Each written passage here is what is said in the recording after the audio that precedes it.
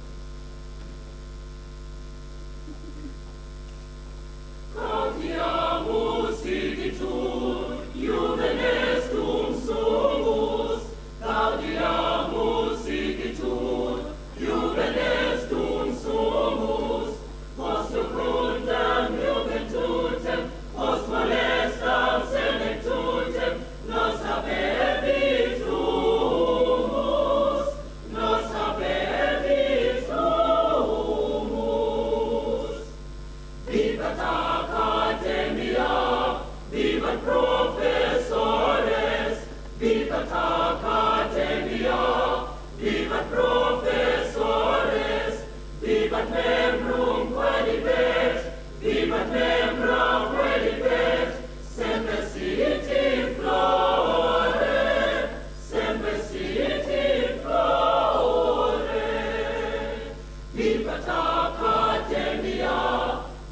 professores, vivat academia.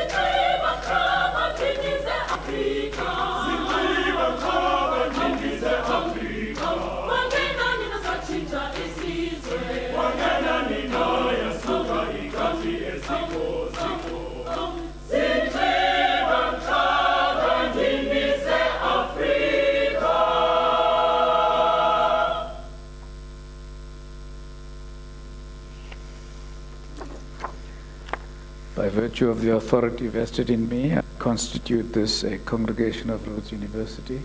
Please be seated.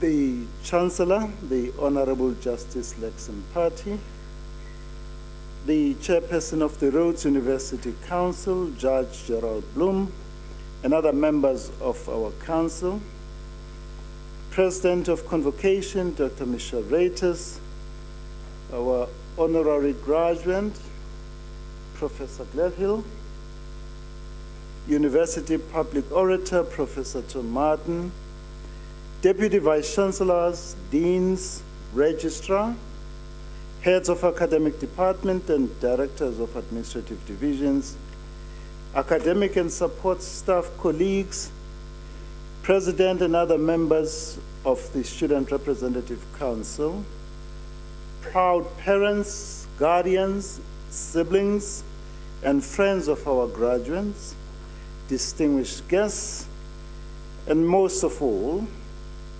our graduates. It is my distinct honor and singular privilege to welcome you all to the 6th and final autumn 2024 graduation ceremony of Rhodes University. On behalf of our Chancellor, the University Council, and the entire Rhodes University community, I offer our warmest and proud congratulations to each one of you, our graduates, on your graduation today. We rejoice with you and your loved ones in your proud and impressive achievement. For some of you, the path to this magnificent moment of personal achievement has been difficult and circuitous, and beset with setbacks, obstacles, and disappointments. All these challenges have now been consigned into a distant and ever-fading memory. You did not give up. You persevered. You persisted and surmounted them. You are that much the wiser for the experience. We're immensely proud of you and what you have achieved. We salute and celebrate those of you who are first in their family to earn a university degree. This is without a doubt a truly proud and special moment for you and your family. I wish to call out for special recognition the local Makanda graduates, especially those who have come through our university's interventions to improve the quality of learning and teaching in our local public schools. We are delighted that 60 of the graduating students came through this initiative with the Gadra Matric School. 20 of them came through our bridging program, and 18 will receive a postgraduate qualification, including a master's degree in education. This is a truly heartwarming achievement.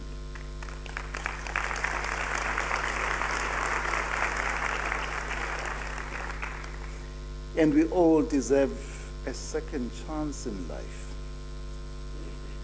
A special shout out goes to all the members of the Student Representative Council who are graduating this year.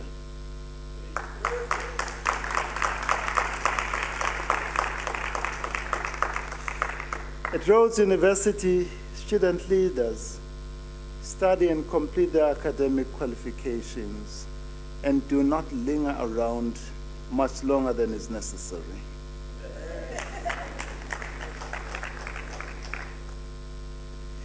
As we celebrate the achievements of our 2024 graduating class, let us pause to remember and acknowledge their friends and classmates who passed on during the course of their study and whose graduation ceremony this would have been.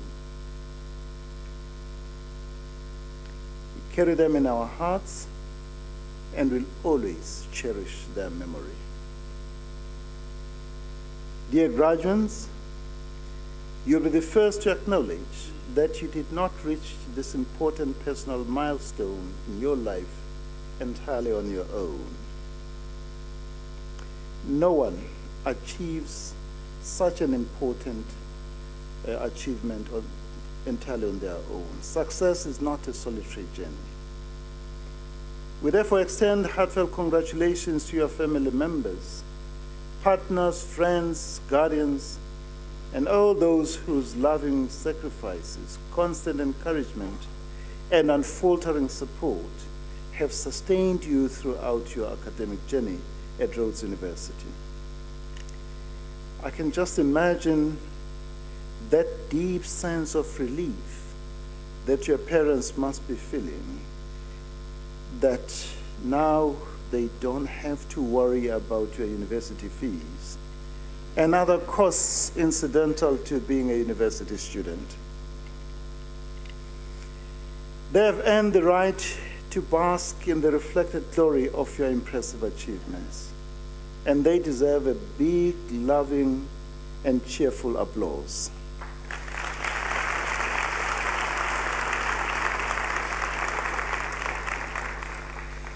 We also acknowledge with much appreciation and gratitude the role played by your lecturers, tutors, lab technicians, cleaners, cooks, mentors, wardening and support staff in creating a rich and supportive intellectual, social, and physical environment conducive to your personal growth, development, and academic success. We hope that in the time that you have been with us, you have not only gained knowledge, skills, and competencies, but have developed into a well-rounded, caring, and compassionate graduate with an elevated sense of social consciousness. We also hope that you have formed lasting bonds of friendship, and that some of you may have even found life partners.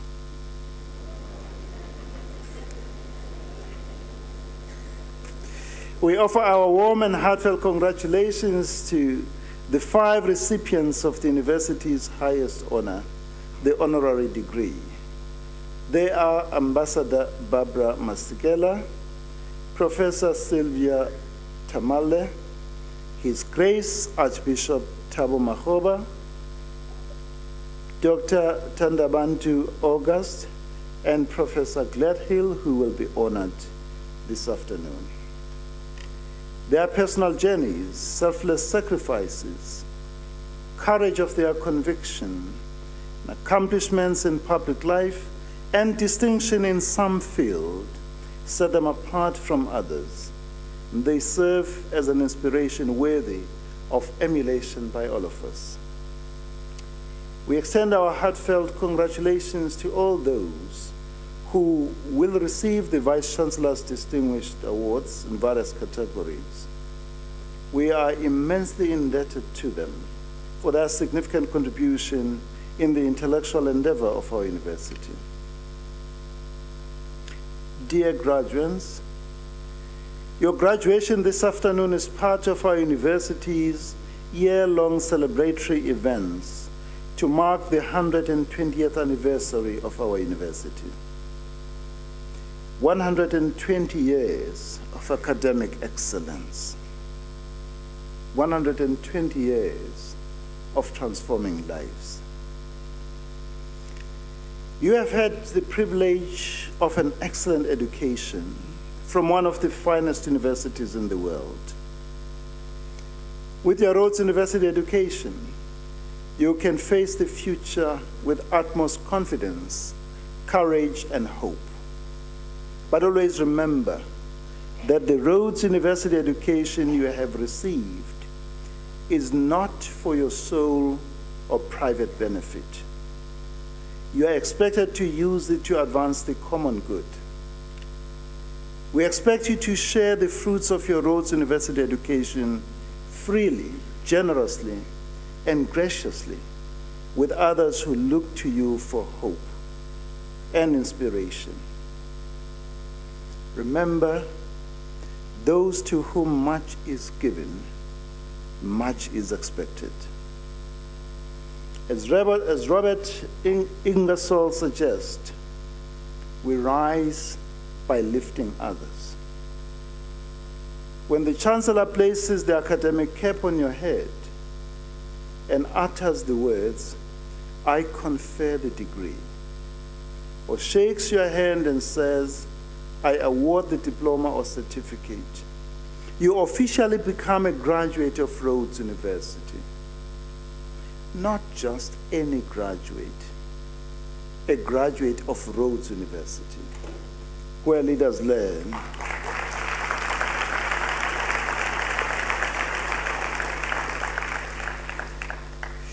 This sets you apart from any other graduate and places upon you a set of special and unique expectations, responsibilities and obligations to your family, to your society, and to humankind. You are expected to live a life of service. There is more to life than material or financial wealth, fame, status, power, or influence.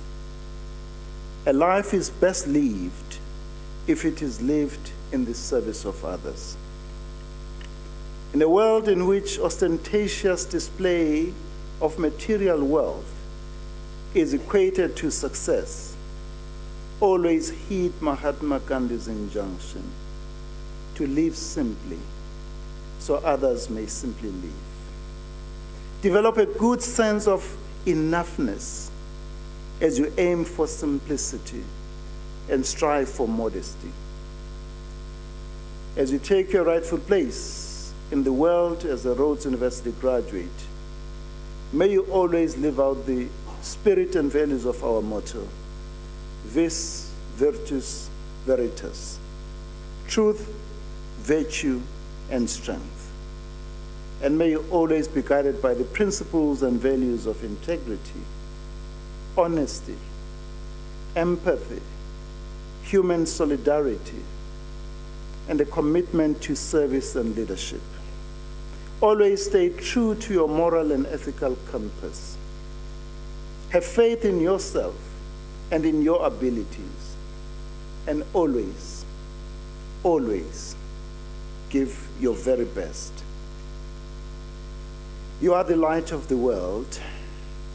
May you shine always to brighten the corner where you are and dispel the darkness of ignorance, despair, hopelessness, greed, corruption, selfishness, pride, self-centeredness, and indifference towards the poor and the marginalized. May you always be the reason others feel positive and confident about themselves. May you always be the reason others feel positive and confident about their lives. May you always be the reason others feel positive and confident about their future. And may you always be a beacon of hope and a source of inspiration for a better society and a better world. In the 6 graduation ceremonies of autumn 2024,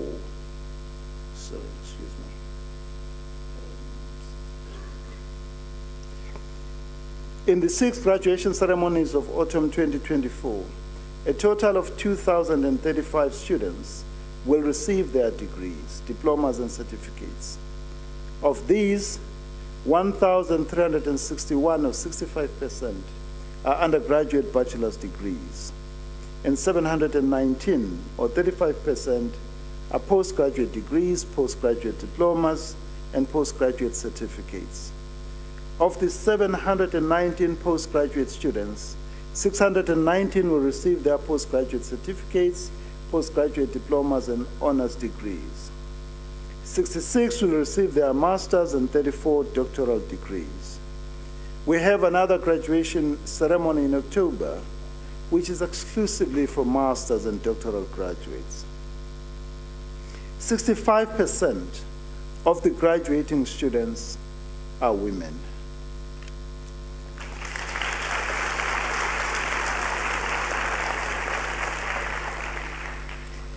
Sithi malibongwe. Malibongwe. Igama lamakhosikazi. Masibonge imbokotha. 10% are international students.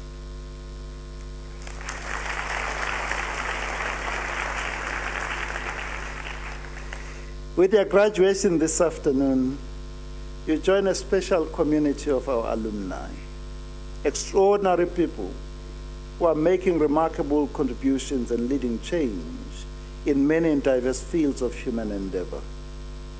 We will expect no less from you. We welcome you to this special and ever-growing community with whom you share a deep affection for this fine institution. In the years to come, we will follow your growth, development, and success as a professional with keen interest, and will applaud you for the honor and credit you bring to your alma mater. May you look back on this glorious day of your graduation with great pride and warm memories, and may it serve as an inspiration and a springboard towards better and exciting things in life for you. At the end of this ceremony, when you are reunited with your loved ones, please give them a warm, wholehearted, and loving embrace, and whisper these words in their ear. Thank you for all that you have done for me. We wish you much success, happiness, and fulfillment in the years ahead. To all of you, Mazal Tov. As we draw the curtain on the autumn 2024 graduation ceremonies, I wish to convey our heartfelt gratitude and profound appreciation to the wonderful people who have worked tirelessly to make our graduation ceremonies a tremendous success. You see, they normally work behind the scenes to ensure that our graduation ceremonies run without a hitch. They have ensured that the names of our graduates appeared on the graduation program in the right place, in the right order, and for the right qualification. They wanted to be sure that the moment of glory of each one of our graduates was a truly special and memorable experience. Time does not permit me to mention all of them by name, but I'll just single out a few. Our Chancellor, Honourable Justice Lex Mpati, who has presided over all 6 ceremonies. He brought considerable dignity, grace, and gravitas to all these ceremonies. Our Registrar, Professor Adele Moodley, and her team in the Registrar's Division. Deputy Vice-Chancellors, who read citations of recipients of various awards and assisted with the hooding of our graduates. Ms. Desiree Wicks. Ms. Desiree Wicks.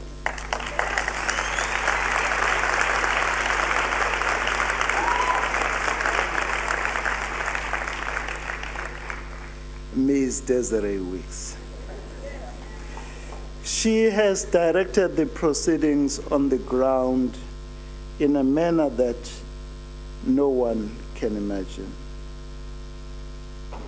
We thank the faculty deans who called out the names of our graduates and read theses and dissertation citations. Thank the master's dissertation and doctoral thesis supervisors. Thank the manager, conference and events, Ms. Charmaine Avery and her team. We acknowledge with much appreciation the army of student volunteers who who have served as ushers and assistants. I am immensely proud of these great students, graduates of a university where leaders learn. Appreciative of all our support divisions, Rhodes University Protection Service, under the leadership of Mr. Joel Mabija, the Rhodes University Choir. When you see these people around, please give them a warm hug, a smile, and say a quiet thank you. They are truly special.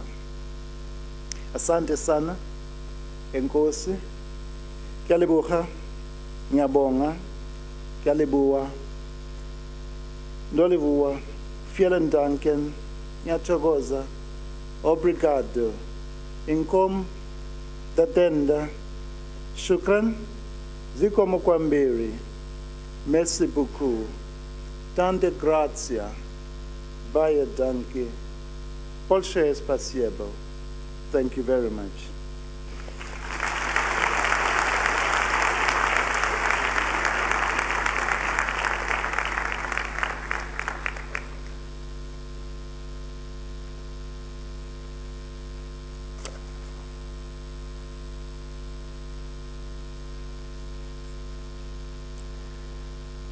As the Vice-Chancellor has just mentioned, Rhodes University is this year celebrating its 120th anniversary. Since its inception, the university has had physics as a foundational discipline, a discipline in which it has excelled. It is one of Rhodes University's past physics graduates to whom we pay tribute today. Irvi, better known as Eagle, Gladhill, was born in Gqeberha and grew up in Makanda, where she attended school at Oatlands and DSG, including a year at a school in Maryland near the Goddard Space Flight Center, while her father, former head of physics at Rhodes University, Jack Gladhill, was on sabbatical. She proceeded to Rhodes University, where she completed her BSc, followed by an honours degree in physics with distinction. She continued her studies at the University of Natal, Durban, earning a PhD in plasma physics. She went on to hold a postdoctoral research fellowship at the University of California, Los Angeles on thermonuclear fusion, and another at Stanford University on space shuttle physics. Eagle Gladhill has for 30 years at the Council for Scientific and Industrial Research, the CSIR, specialised in transonic computational fluid dynamics.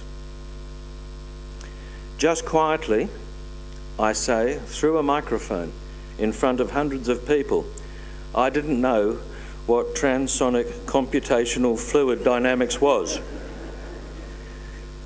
Though perhaps that was just me. In any case, Professor Gladhill has helpfully explained, quote, "Some aircraft travel above the speed of sound. Lift and drag and the way the air flows are all reasonably predictable in supersonic flight. It is much more difficult to understand flow near the speed of sound, transonic flight.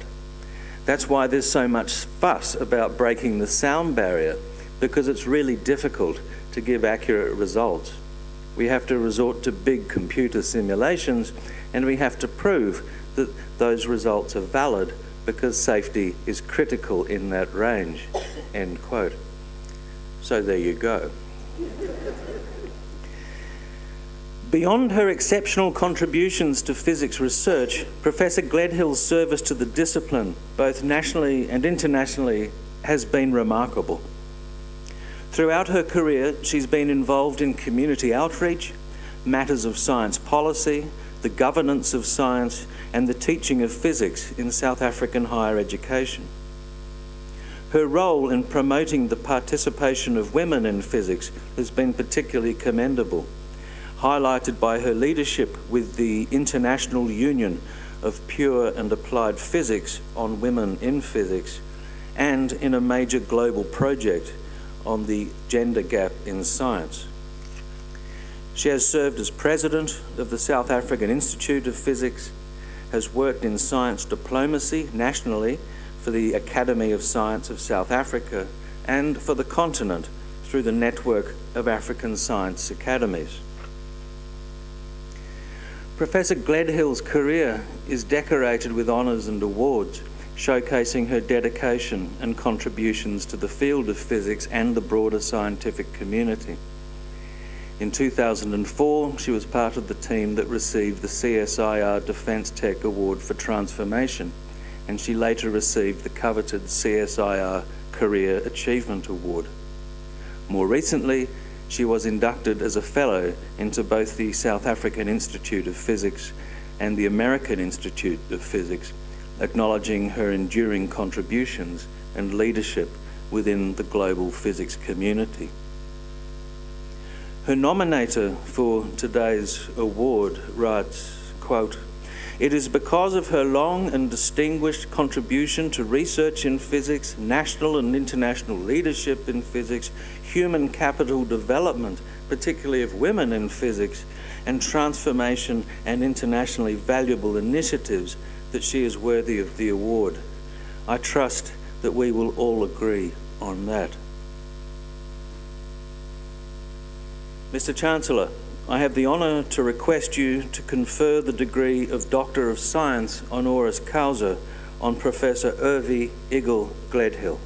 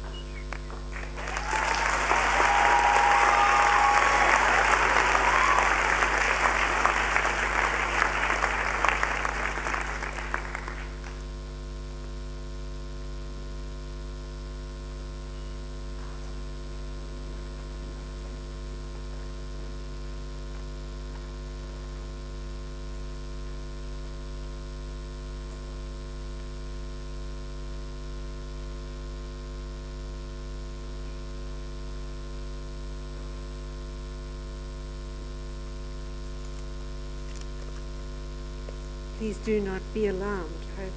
I know exactly how long this is going to take.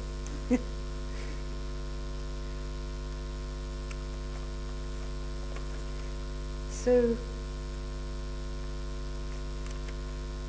dear respected Chancellor, Justice and Vice-Chancellor Professor Mbuyiseli, Chairperson, members of the Rhodes University Council, Deputy Vice-Chancellors, Registrar, Public Orator, President of Convocation, Deans, Heads of Departments, academic and especially support staff, and students.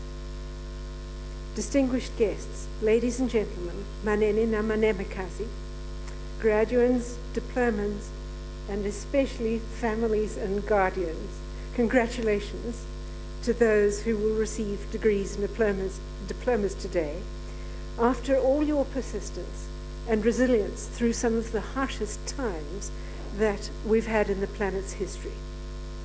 Families, guardians, and friends, thank you for standing by your younglings and letting their dreams unfold. I think there's a special smile that is internal and secret, that rises from the heart and can't be hidden, and we all have it today. Ndiyabulela ukuba lapha namhlanje. I'm honored to stand here with you today. When I understood that the Vice-Chancellor wanted to contact me, I was seized with worry that one of my escapades as an undergraduate may have had consequences, even now. In particular, in 1976, I nearly burned down the third-year chemistry lab. The only other student in the lab at the time, and I had the fire out in less than a minute, but you never know if there have been lasting consequences, and I did think of that. Actually, it did have lasting consequences. That student and I are married.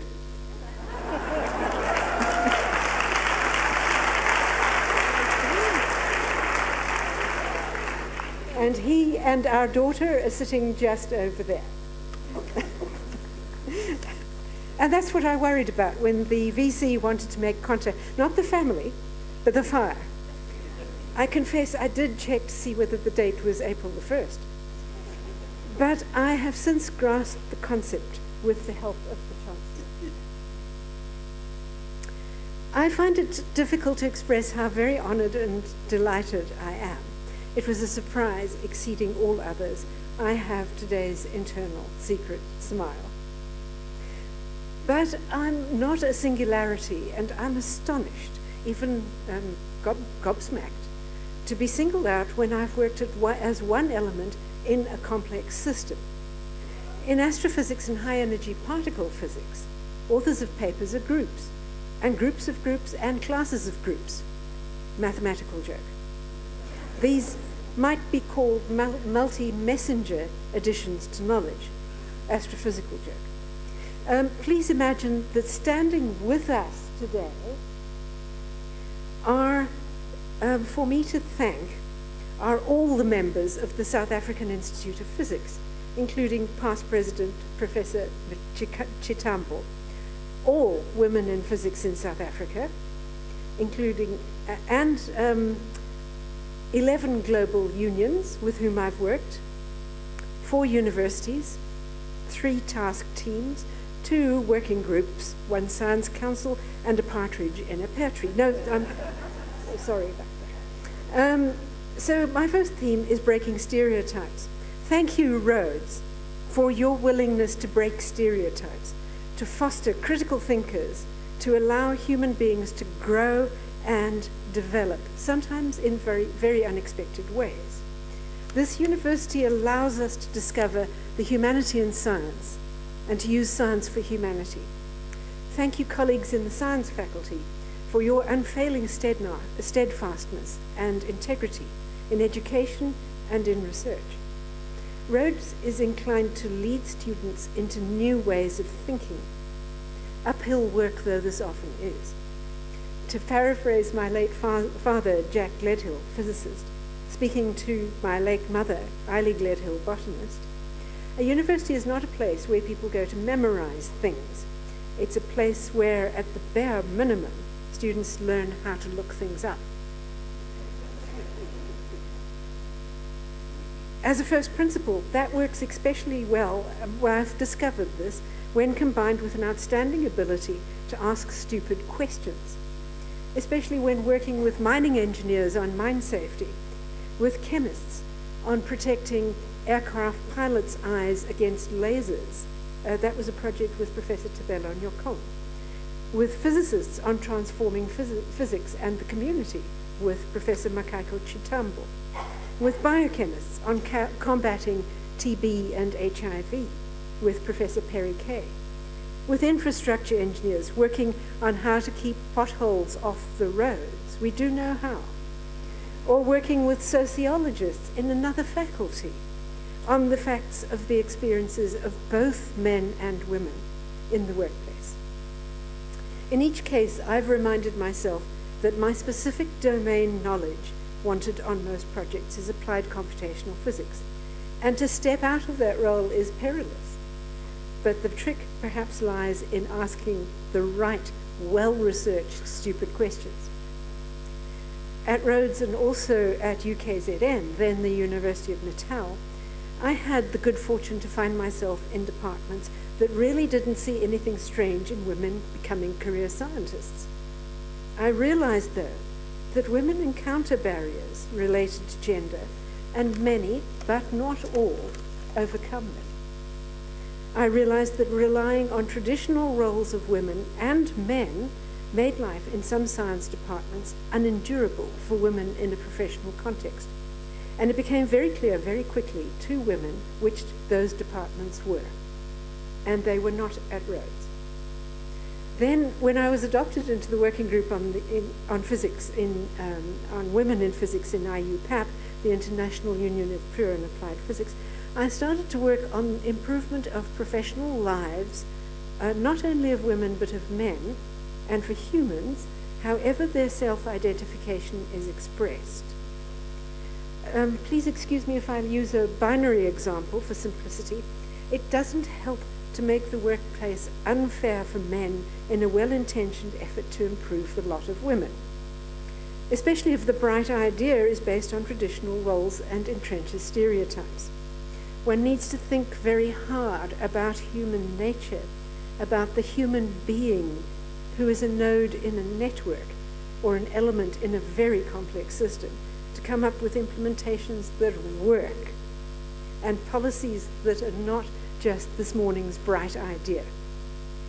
My second theme is around testing. I think many of you are very happy to be out of that now, right?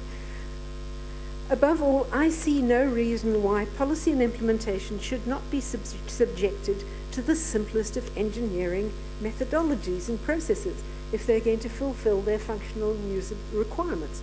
They should be run through risk analysis and redesigned, rigorously tested with the object of finding the flaws, redesigned, and tested and run through the design cycle again enough times to avoid the expensive failure of good intentions. Nothing about us without us. Of course, it's difficult and time-consuming, but it should be done for exactly the same reason that aeronautical engineers are so meticulous about testing aircraft, to avoid disaster. I've had the privilege of growing up in a system in which responsibility for good science and for physics being fun spelt with a PH, was shared. The principle of universality in science has been a great guide. It asks for universal access to the benefits of science and universal participation in science. It led to the principles of freedom and responsibility in science for the benefit of all. Scientific freedom is the freedom to engage in scientific inquiry, pursue and apply knowledge, communicate openly. Scientific responsibility is the duty to conduct and apply science with integrity, in the interest of humanity, in a spirit of stewardship for the environment, and with respect for human rights. So my third theme, integrity. The responsibility in science includes resisting temptation to be sloppy. May I speak now with you, diplomands and graduands? Where are you, by the way? Could you sort of wave so that I can see where you are? Oh, wonderful. Okay. Right. I'm glad to see you. Congratulations. So, my dears, Zithandwas, from the moment you accept your degree or diploma, you've joined the community of practice in your field, and you are a scientist with the responsibilities of a scientist to know when integrity is being threatened. You cannot ignore it. You are bound by honor to find a way to speak up, and that takes courage. It leads to difficult decisions. Integrity in science often means taking the difficult decision. In a lighter vein, special cases to avoid, I have to look round at you again, are proof by vehement assertion. And the example there, everyone knows the earth is flat. Or proof by funding. How could 3 different government agencies be wrong? Strange as it may seem, none of these is allowed, not even proof by wishful thinking. And what is science when we speak in this way? UNESCO has a wonderful definition which I'm not going to read. It's long and beautiful. But I prefer this description from Feynman, physicist and player of bongo drums. Science is a way to teach how something gets known, what is not known, to what extent things are known, for nothing is known absolutely, how to handle doubt and uncertainty. There are examples in the International Governmental Panel on Climate Change, what the rules of evidence are, how to think about things so that judgments can be made, how to distinguish truth from fraud and from show, end quote. Now, to use an aeronautical expression, we are preparing for turbulence. Science is criticized as if it was a set of beliefs, but it isn't. It is a way of asking questions and sharing answers. And if the answers don't stand up to rational scrutiny, they are discarded, sometimes with a lot of wailing and gnashing of teeth, but they are discarded. The greatest tool of a scientist is their wastebasket, to paraphrase Einstein. The claims of science are based on passing the tests of science and in a system that is ethical, consistent, and works. My next theme, why? Because those are fine words, but we still don't know what 95% of the universe is made of. I'm speaking to the physicists here. Why do we want to know? For two reasons. First of all, discoveries have been quite useful to society. Think of the electron. Well, think of it when the electricity is on. Think of the cell phone that you have in your pocket or robe or handbag. It is based on quantum mechanics and relativity, an obvious application of it. And yet you use it to express your love for another human being, or to watch videos of kittens, or to call for help in an emergency. Physics and science and engineering are useful in my village, Makanda or Joburg, whether I think of it that way or not. If I do understand it, my village is the more powerful in terms of electricity, better off in water security, food security, and human security. And here I have a quick aside, because I was briefed at dinner last night. I cannot help noticing that Makanda is suffering from water insecurity in the middle of 3 full dams. Hi, madoda makoti, inkomo Nqobile. Is it time for the university to reach out and join hands with the city to get this business moving?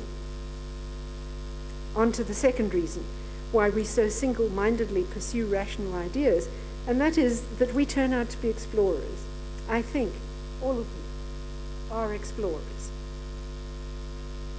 We need to know what's over the hill, what's going on behind the scenes of the universe and humanity. We have a profound need to get to the limits of human exploration, the limits of intellect, and the limits of imagination. And what is physics? From the kid from Kinshasa who became a particle physicist, Professor Kenny Kale Sai, physics is the most beautiful way to be a little crazy. Now here we are in a gathering of unique and beautiful people in one of the most unique and beautiful parts of the planet. Now please excuse me if I mangle the beauty of the words, but I do acknowledge the careful tutoring of Nchambu Funda at Wits. Dinantlambo itandekayo inamanzi abelekayo akayamandi sisimanga enjalonje akevalanga yintlambo entle mfo kwabao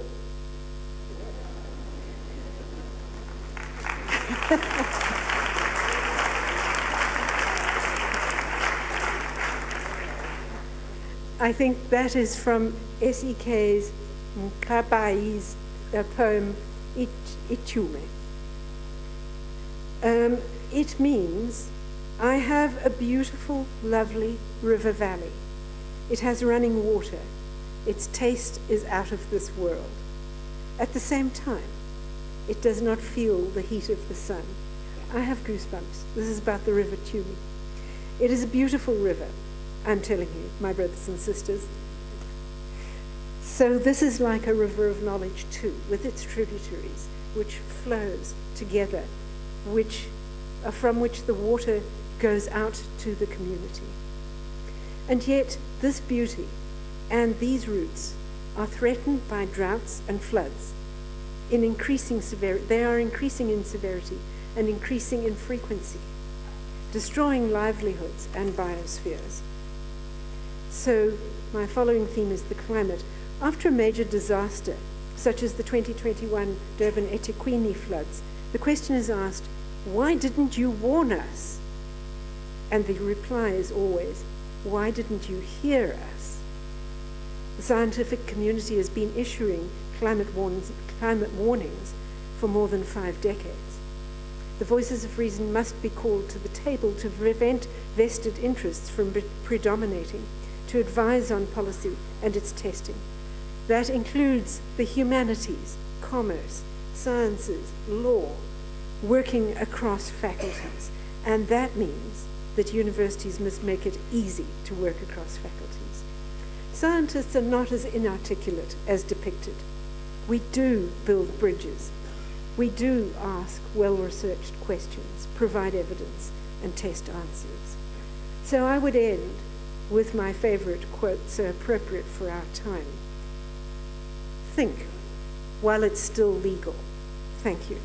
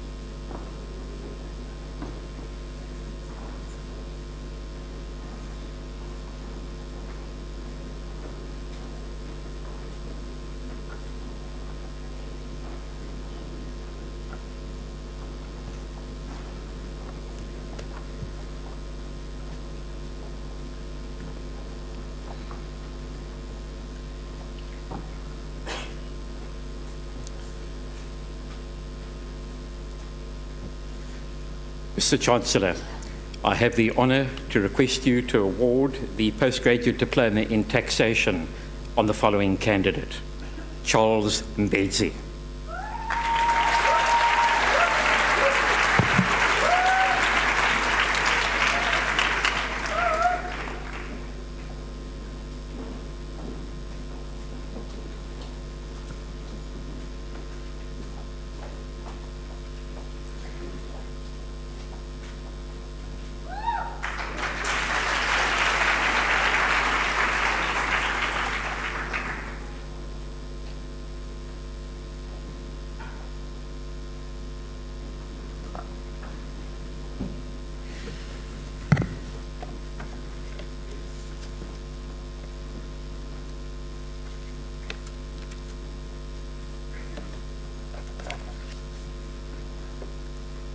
Mr. Chancellor, I have the honour to request you to confer the degree of Bachelor of Science on the following candidates: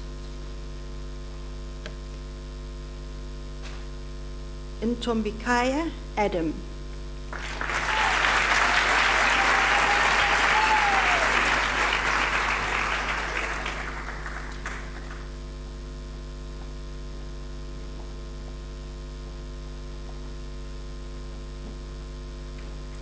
Tawanda Afeki,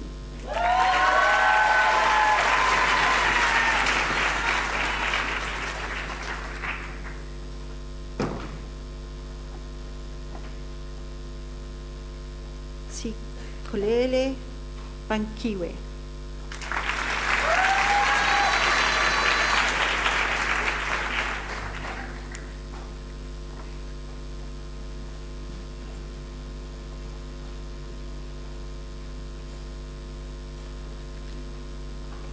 Martina Barry.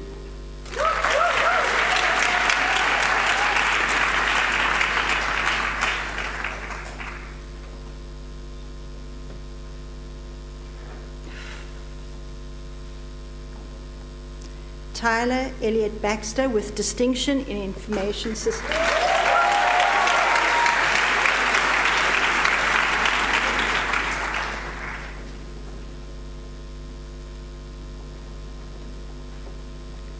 Onweza Angela Bente.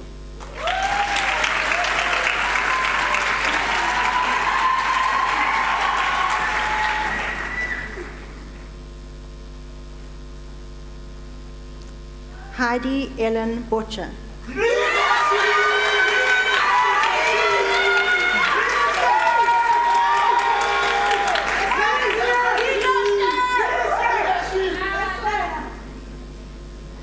Sandile Wellington Kingani.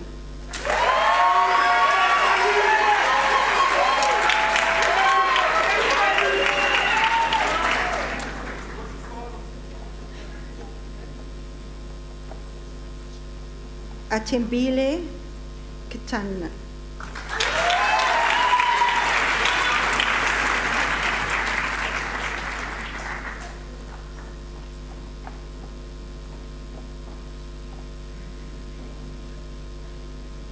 Tawana Anita Chiza with distinctions in biochemistry and microbiology.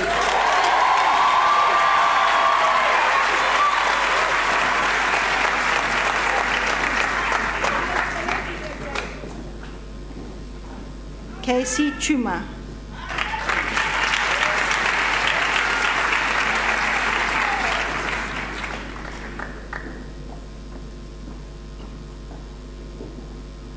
Frederick Richard Cooper.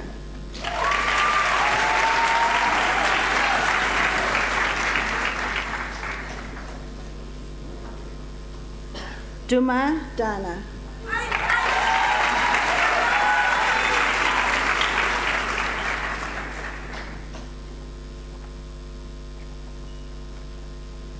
Miller Joe Davies.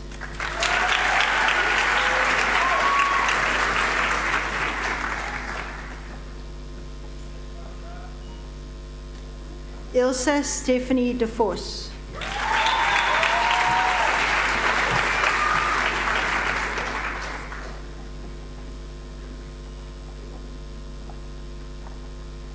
Natago Palesa Dipakonwa.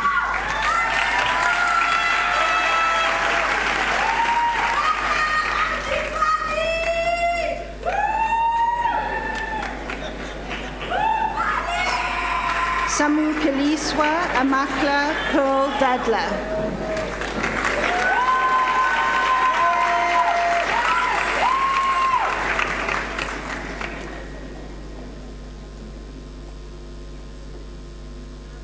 Lungelo Lundukushle Lamini.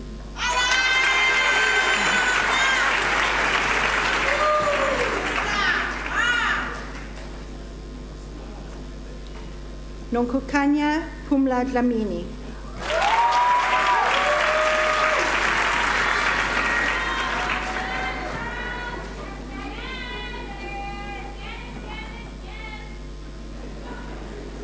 Simbongi Lindukushla Damini.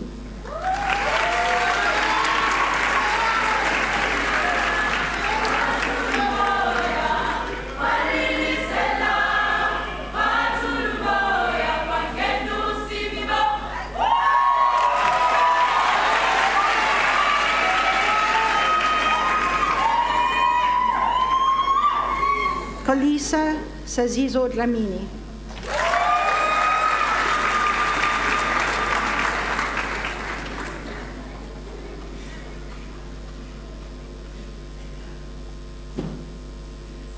Sidonio Xavier dos Santos.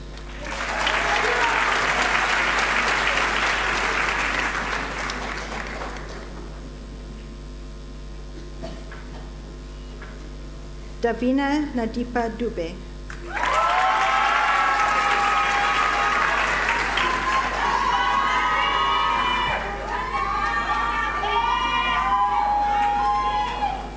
Wayne Raymond Edwards.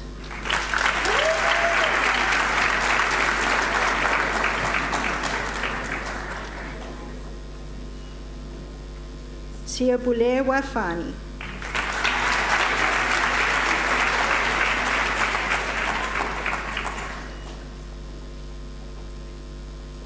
Brandon John Fulmer.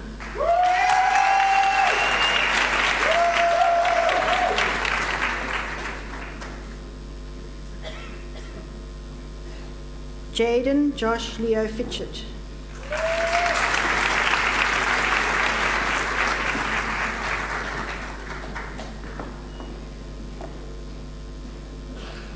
Joshua Fratchett with distinction in ichthyology and zoology.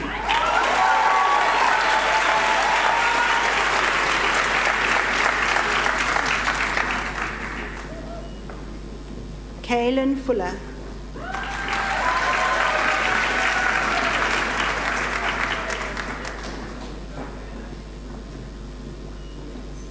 Sipelela Futuzi with distinctions in applied mathematics and information systems.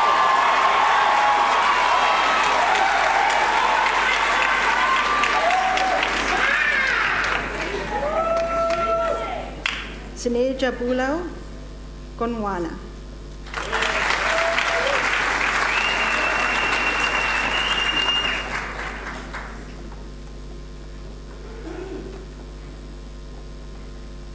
Luke James Goodall with distinctions in biochemistry and computer science.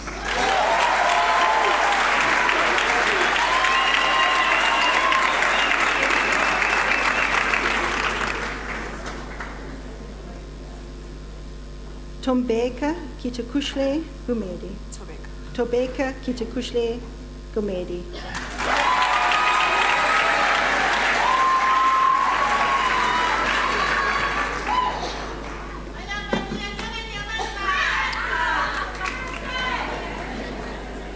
Sesetu Kumisa.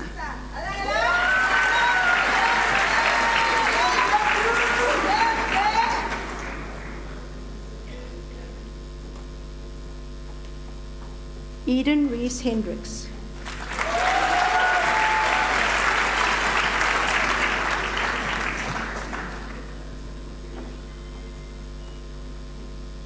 Ntokoto Charles Lungwane.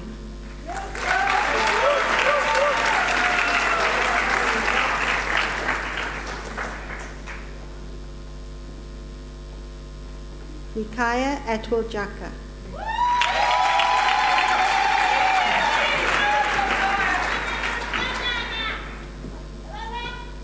Lucy Kate Jennett.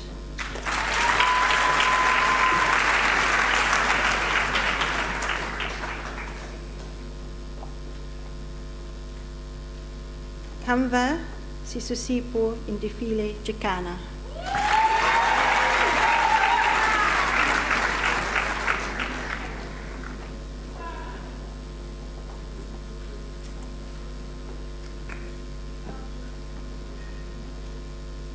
Masikole Giorgio with distinctions in applied mathematics and mathematics.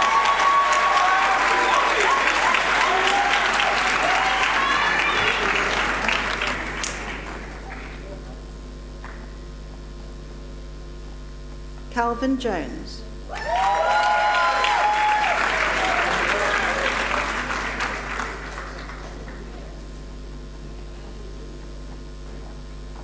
Awaba Janelle Jose.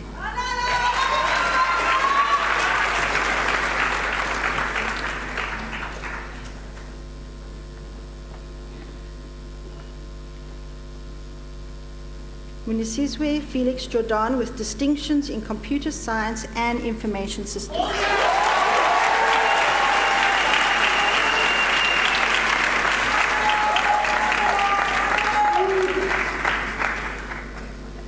Bonokushle Nonkutemba Kumalo.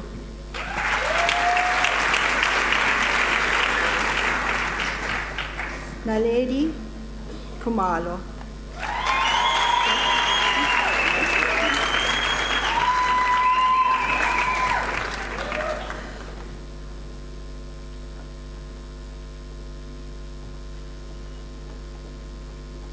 Samakushle Madodofikele Kuzwazo with distinction in information systems.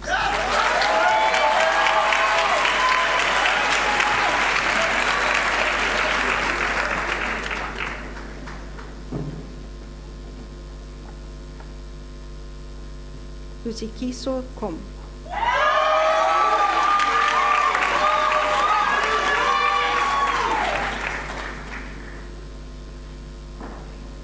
Kata Lilionia with distinctions in ichthyology and zoology.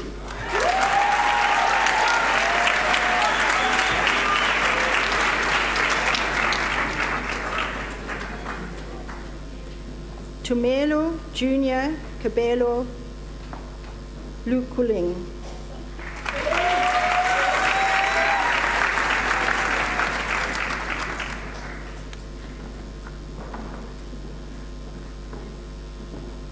Lucanho Luana.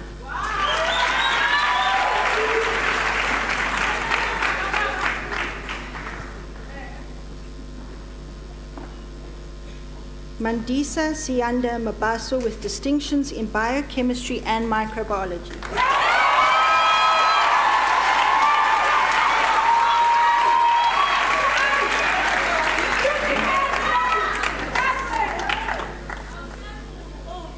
Lita Makapisi Mabona.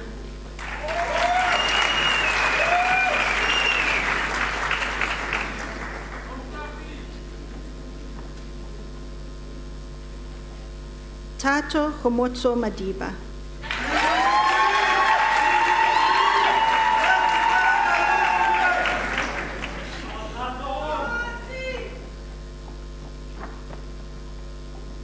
Mshlongonolo Madishlabe with distinction in information systems.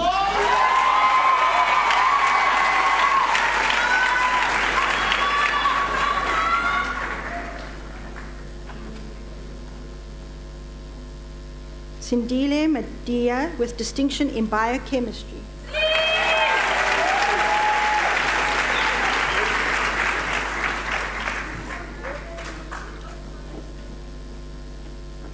Sianda Alusendo Makladka.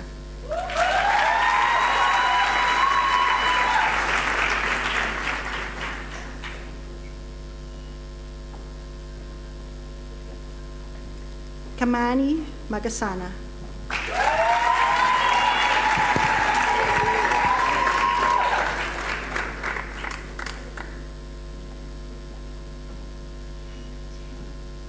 Lindiwe Chiamo Lillian Mashlunga with distinctions in biochemistry and chemistry.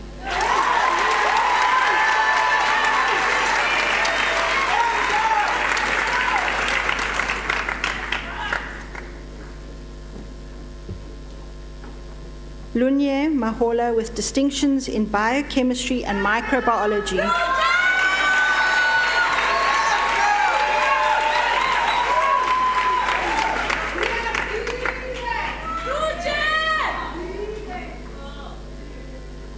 Prudence Mohadi Mahuma.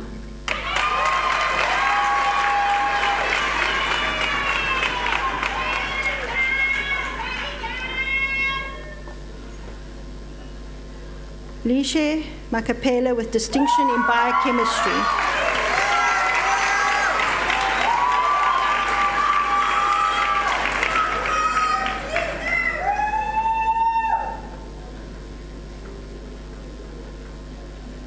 Uratil Molebongeng Tato Makafula with distinctions in biochemistry and microbiology.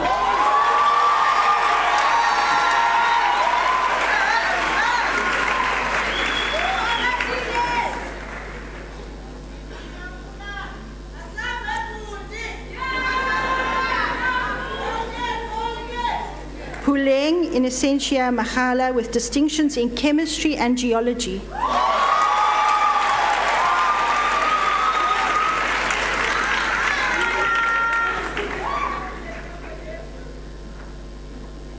Amashle Mangali.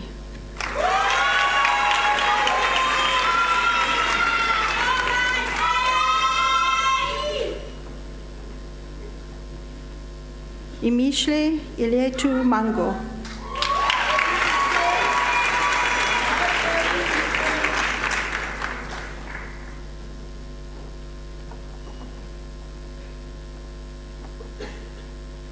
Asipe Patricia Mapaza with distinction in environmental science.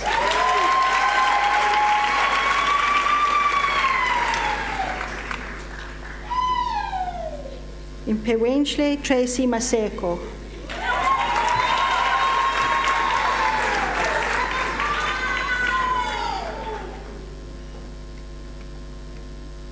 Nqobile Sishle Masombuka.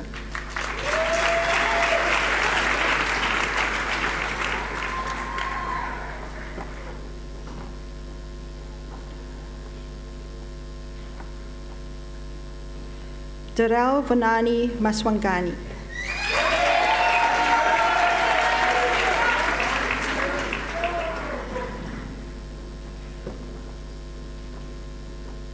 Denzel Tandawanashe Matapuri with distinctions in computer science and information systems.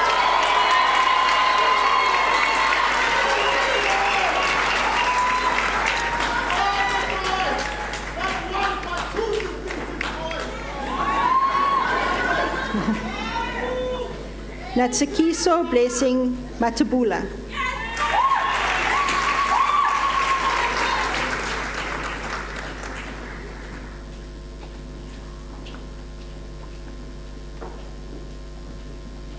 Sipamandle Mashochiana.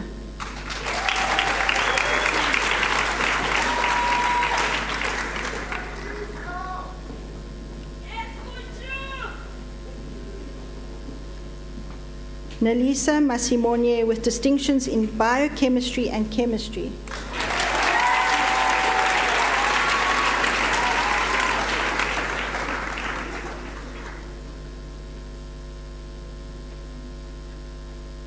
Sepiwe Knowledge Mabata.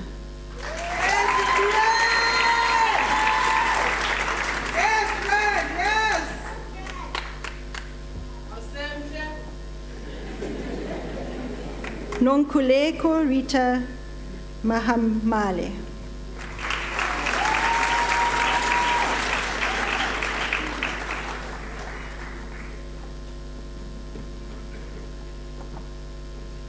Jordan Scott McLaughlin with distinction in zoology.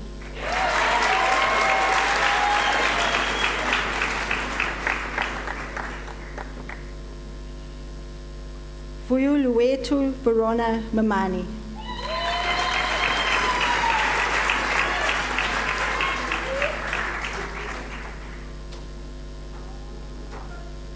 Sipo Memele, Perfect Memela.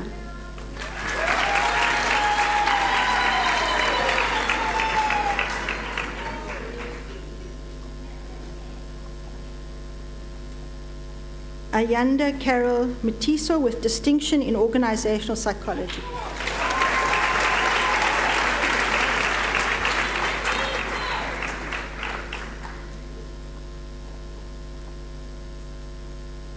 Londwabo Mafazwi with distinction in mathematics.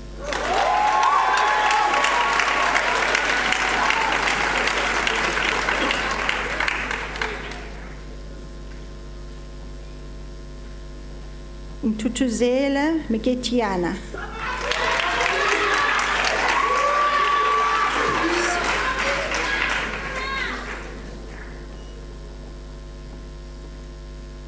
Aseko Mhambi with distinction in biochemistry.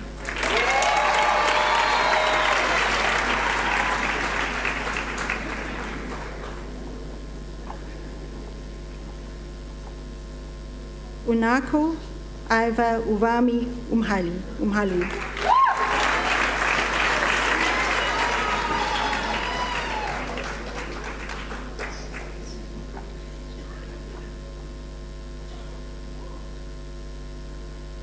Kalitso Florence Mufupitswana with distinctions in biochemistry and microbiology.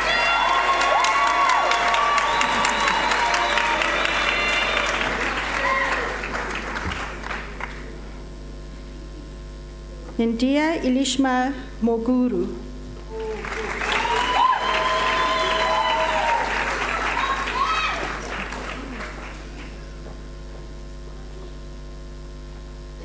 Lesedi Mokanyane.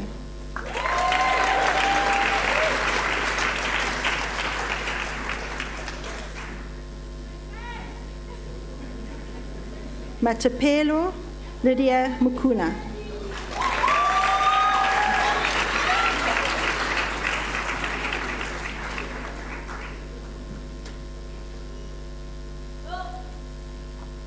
Ayabonga Mona.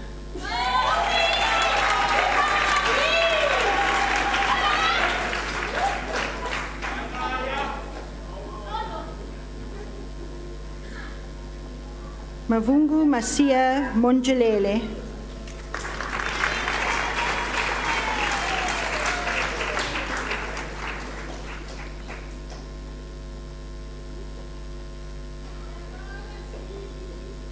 Daneshri Mudli. Oh, just wait, slow down.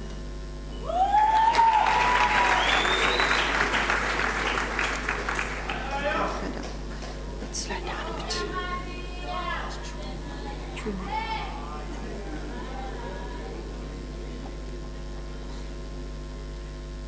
Chune Homotso Mutiba.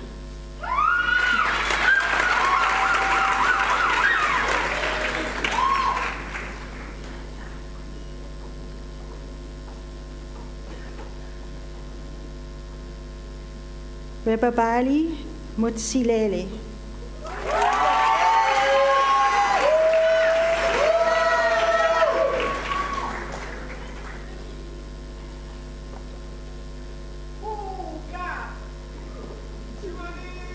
Mundia Maputu.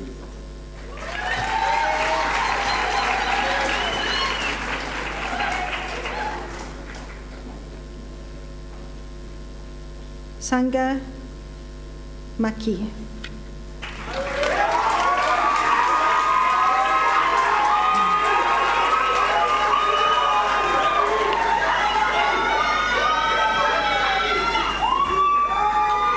Nondos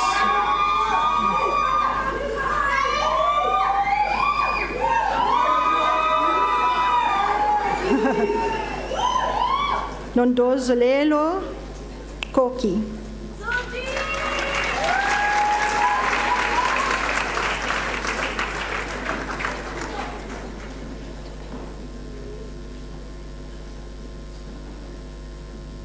Zakona Mtibeni.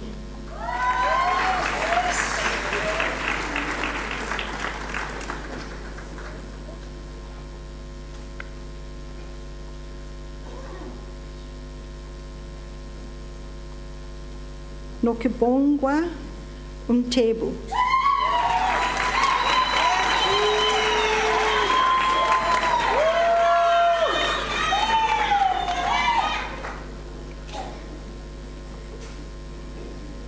Ati Nkosi Mtutu.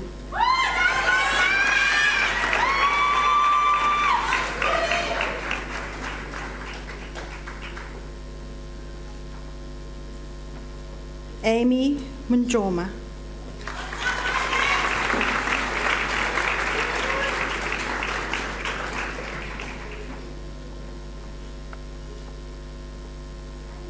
Taboka Phil Hupazvirero.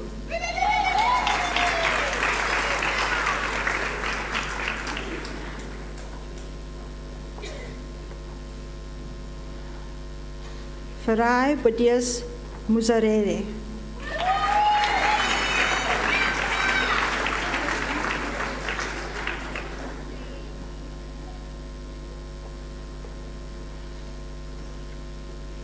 Ian Brian Makanaweni with distinctions in biochemistry and chemistry.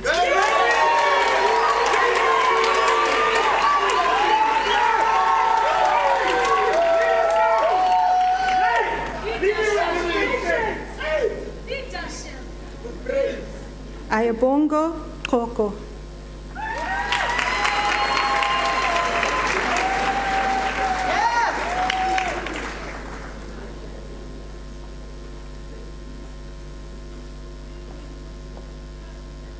Lebo Yolanda Nakine.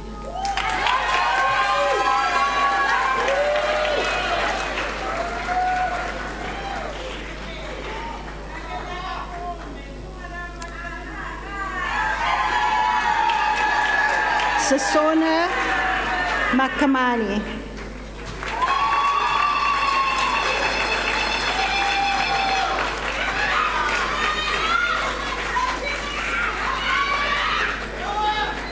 Ntokozo Landiwe Nqobile.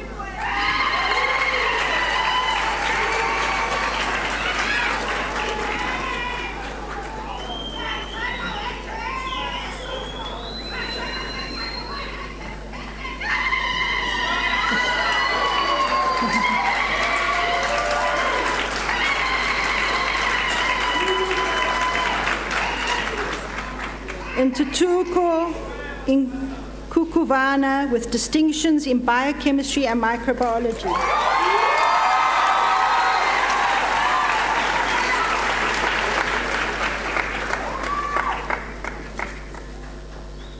Prelik Ngwenya.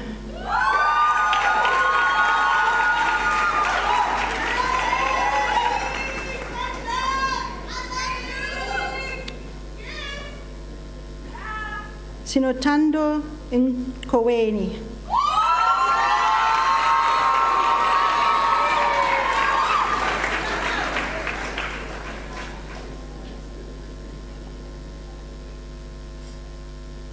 Jabulile Shamaine Nshlanshla.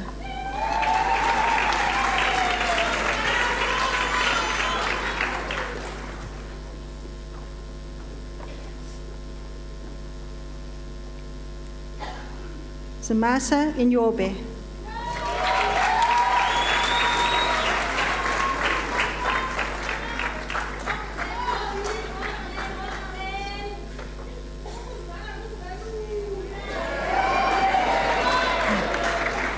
Sipesishle Nokanda.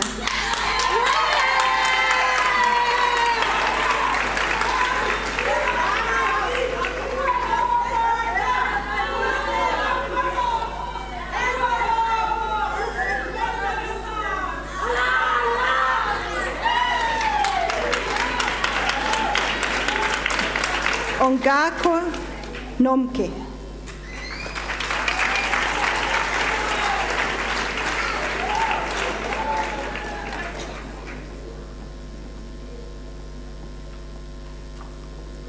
Tabo Nomkwa.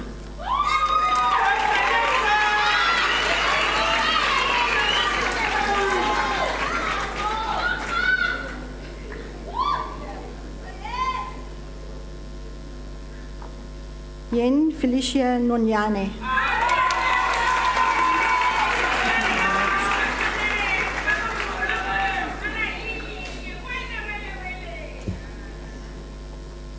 Lindelwa Ntame.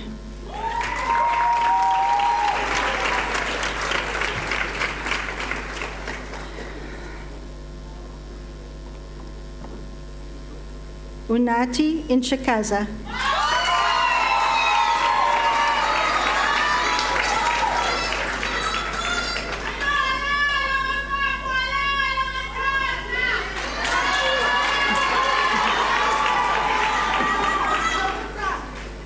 Faith Healer in Jabulo Nuntule.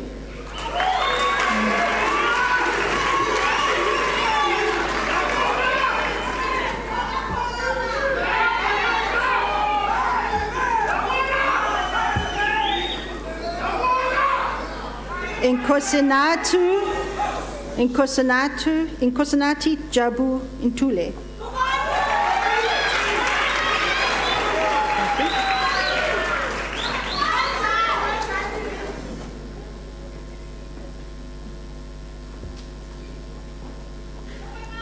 Busisiwe Dokras Paliso.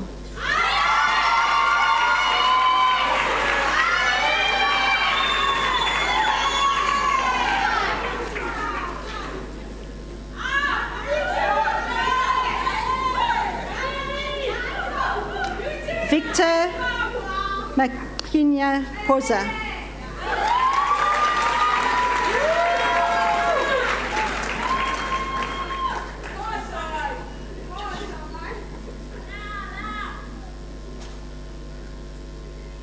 Keenan Josiah Pillay.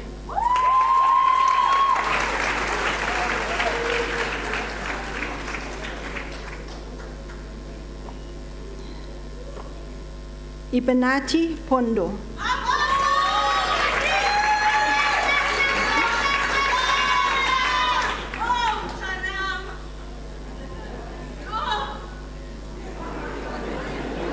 Michele Kuvile.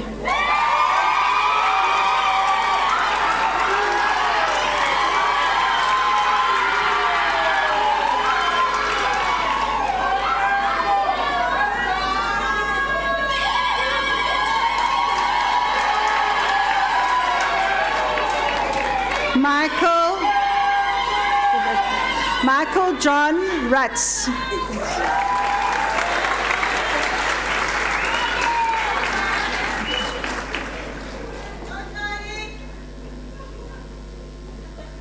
Ntokozo Sizwe Offense Radebe.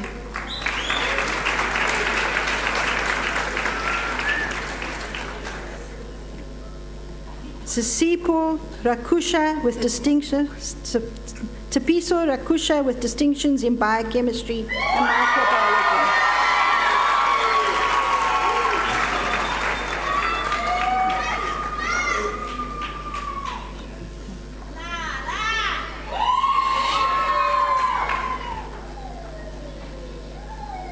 Lebo Patricia Ramohape.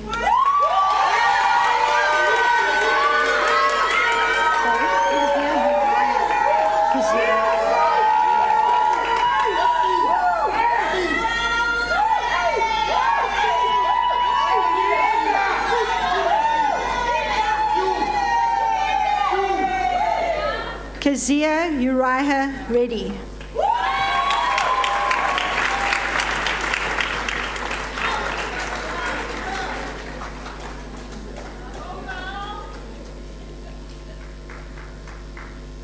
Shongile Rikotso.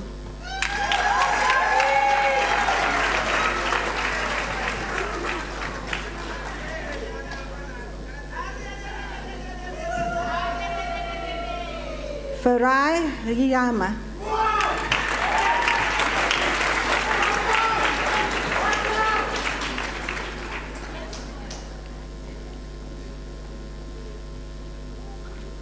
Insakisi Makandimeng Kelly Hishuri.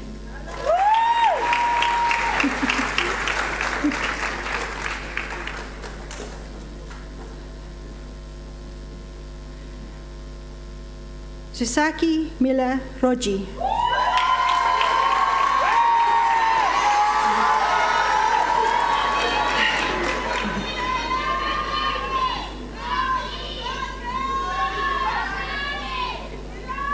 Sandileli Saliwa.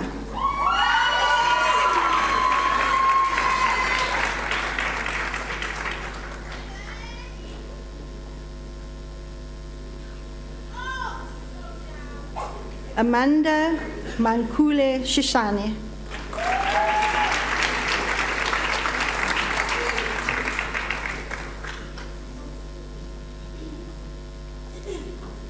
Sipesishle Njabulo Shabalala.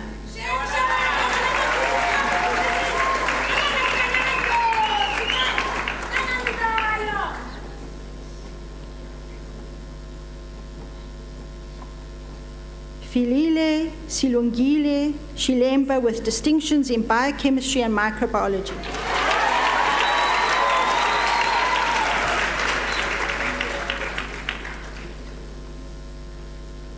Sahile Shezi.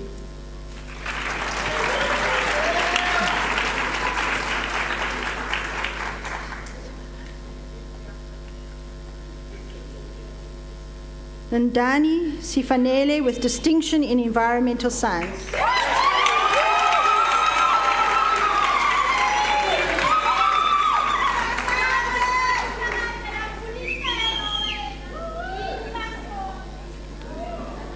Kungentando Siko.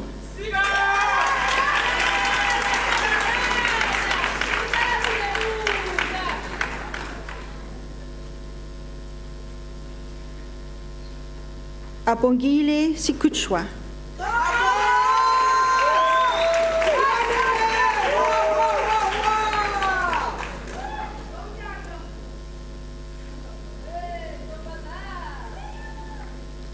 Simpiwe Unisono.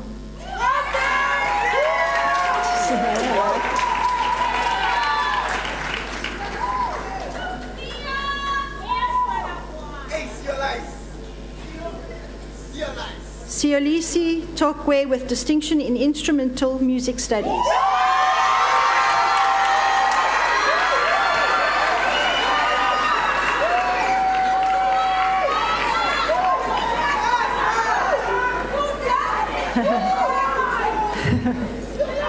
Nonsikelelo Millicent Sabenzi with distinction in environmental science.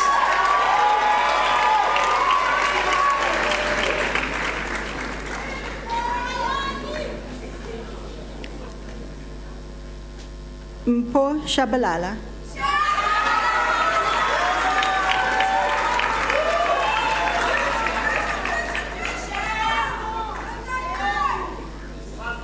Snowy Numpumelelo Sotezi.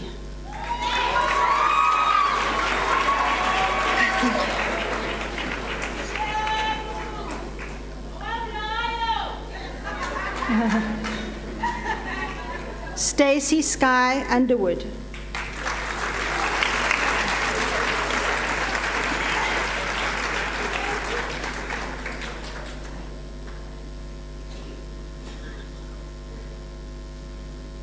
Changingwa Fahekeni.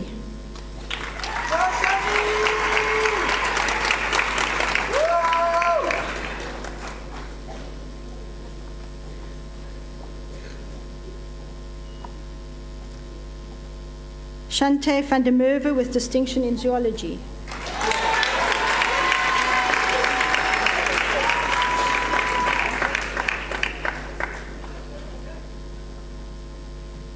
Cameron Newton-Wicks.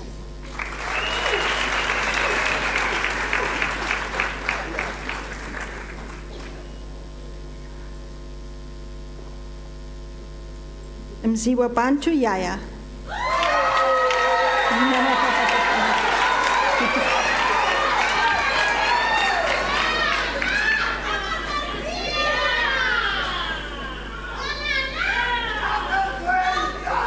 George Samile.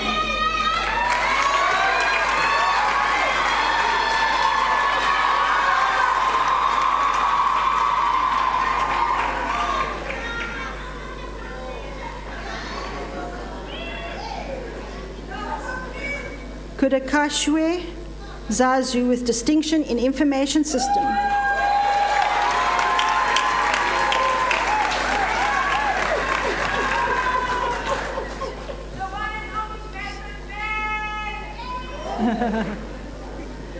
Buchle Benekosi Sibu Sisiwe Zinyane.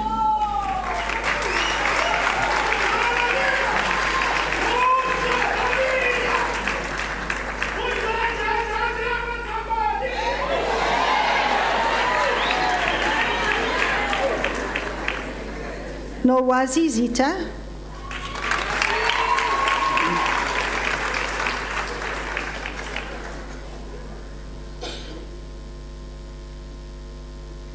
Impilo Zizi Benzile Zulu.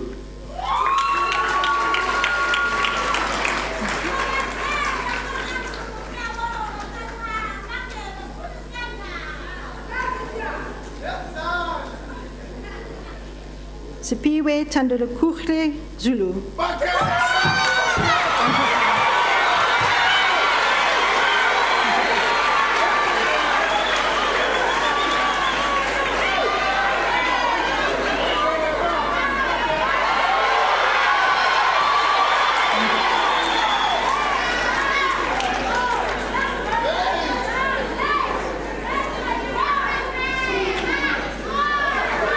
Lungewa Sweini.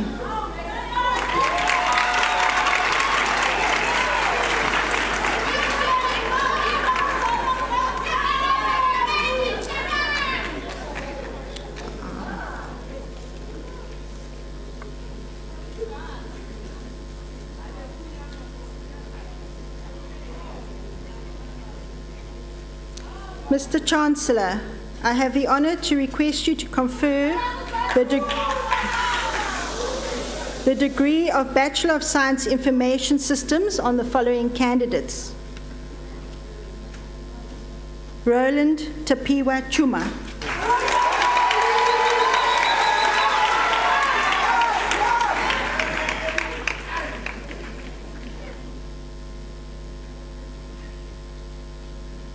Panache Fibion Matarekwe with distinction in Information Systems.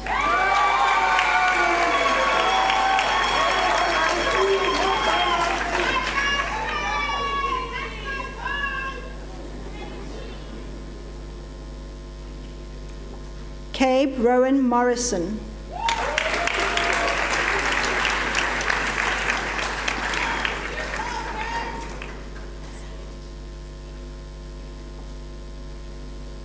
Emmanuel Mzizwa with distinction in Information Systems.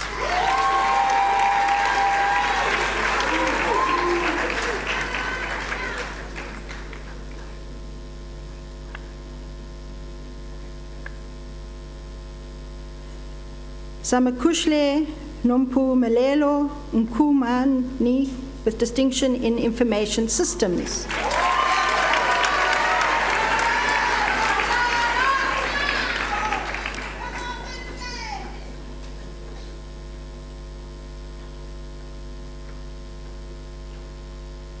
Keleshi Ihani Kwachukwa with distinction in Information Systems.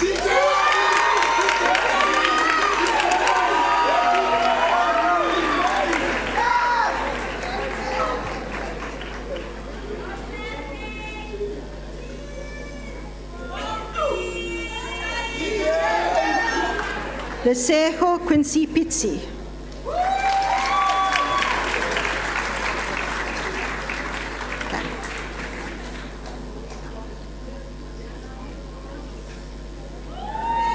In Muntokozizi Sibanda with distinction in management.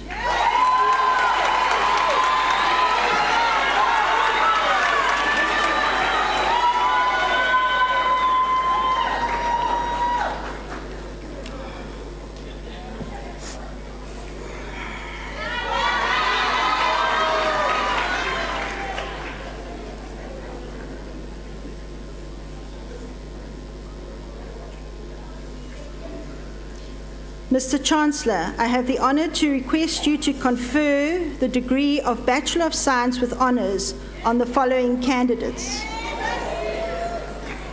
Anil Gabriel Abram.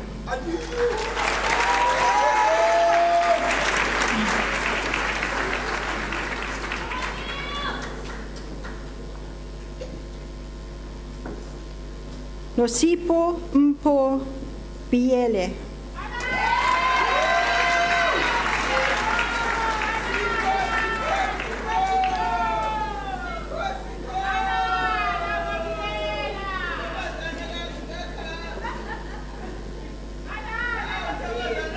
J.C. Maurice Bosikota Gabaya in Computer Science and Information Systems.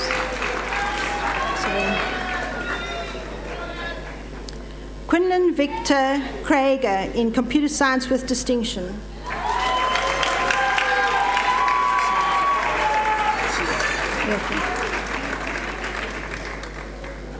Kenneth Chiza in Computer Science with distinction.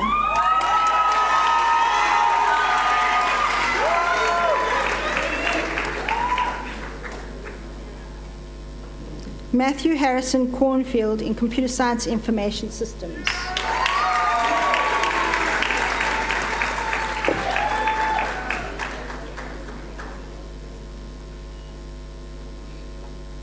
Ndabula Luvuyo Dlamini in Geography.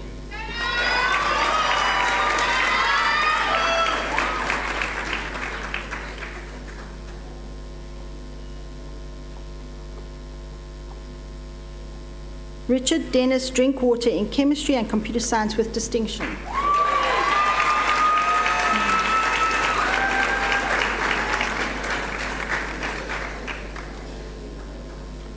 Stephanie Rebecca Shaw Dwyer in Applied Mathematics with distinction.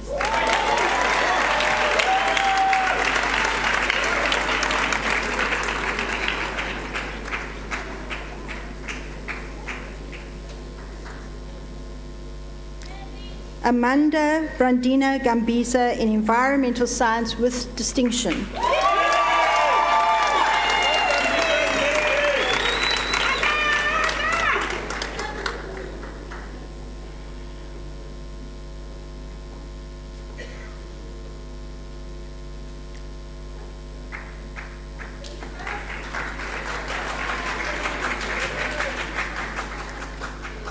Deandra Rochelle Goddard in Biochemistry.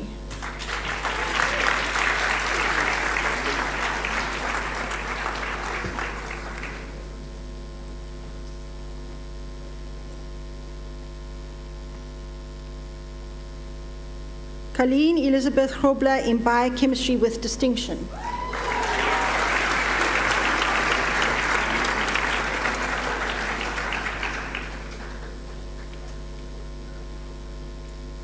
Nduduzo Seth Gumedi in Mathematics.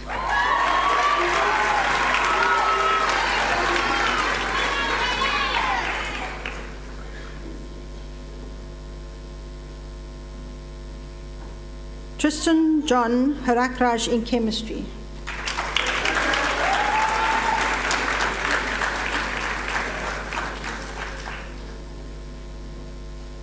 Robin Natalie Hendricks in Human Kinetics and Ergonomics.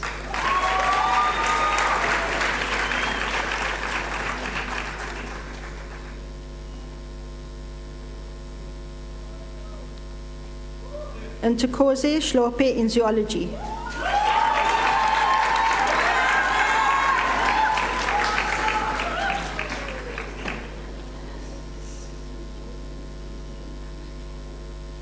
Carla Maria Yaski in Entomology with distinction.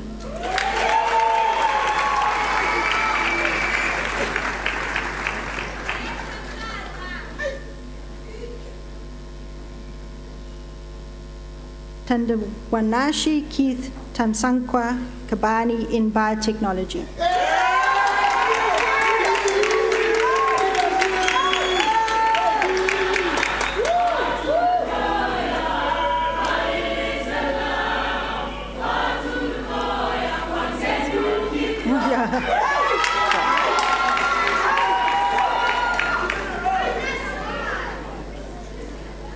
Peter Brian Tafadzwa Kanos Varima in Information Systems with distinction.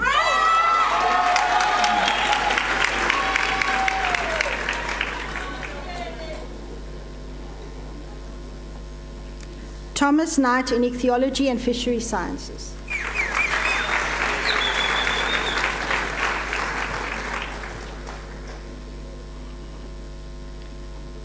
Gosego Kupani in Computer Science.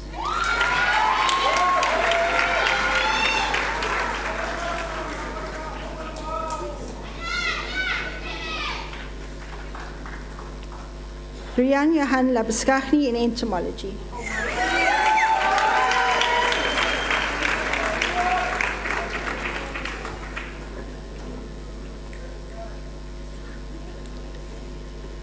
Michael James Mackenzie in Ichthyology and Fishery Science.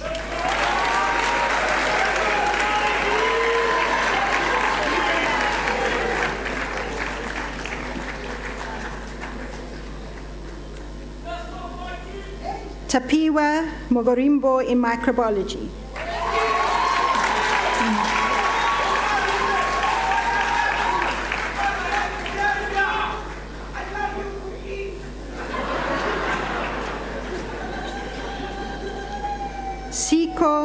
Siku Irvin Muzini Mahaini in Computer Science.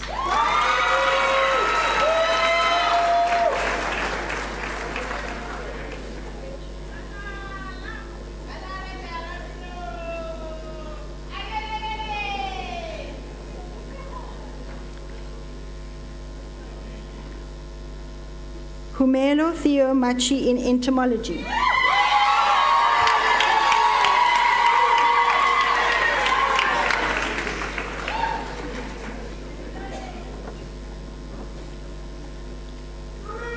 George Tanatswa Matapuri in Information Systems.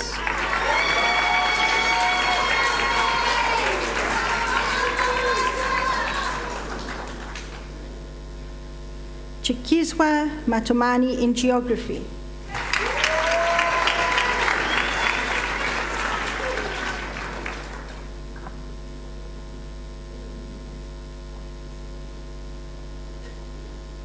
Michele Mbuyiseli in Mathematical Statistics.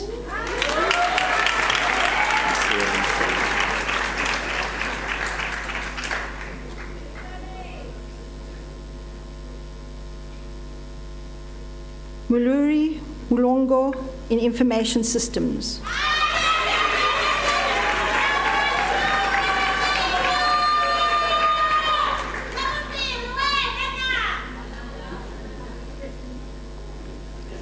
Matthew Robert Gerald Moore in Botany with Distinction.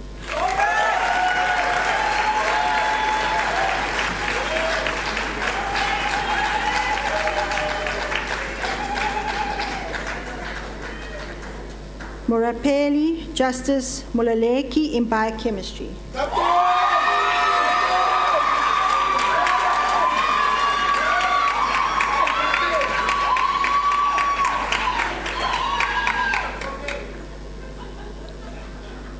Ifat Mullah in Computer Science.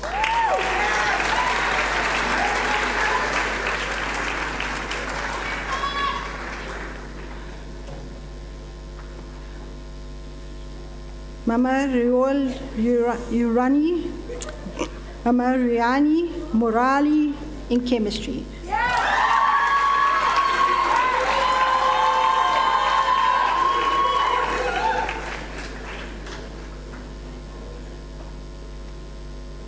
Emily Clara Morgan in Computer Science with Distinction.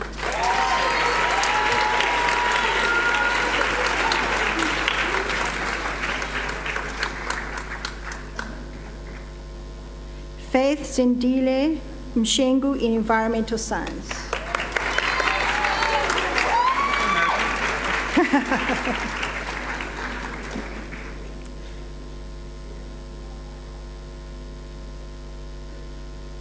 Jackie Mukwanya in Zoology. Mukawanya in Zoology.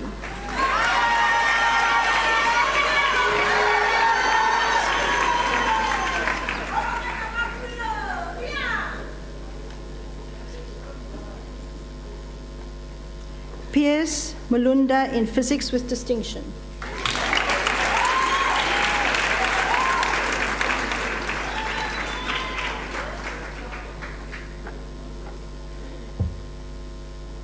Natasha Ruvarashi Murape in Microbiology.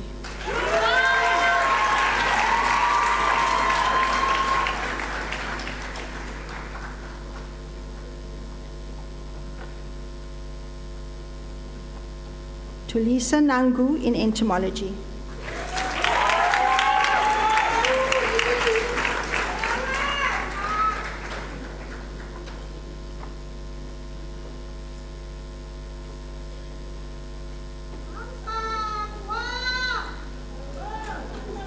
Ako Ndodaka in Mathematical Statistics.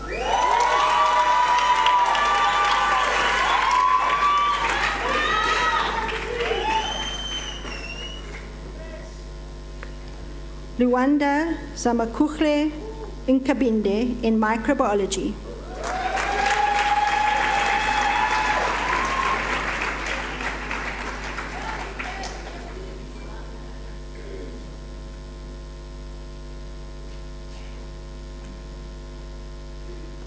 Sinolo Zumkanya Ntanyanya in Mathematical Statistics.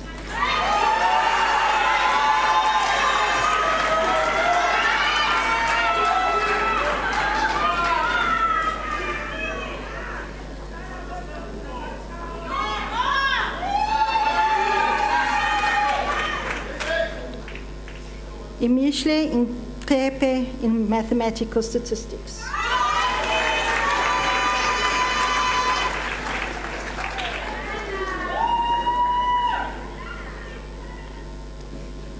Siyabonga Ndikuhle Pozwa in microbiology.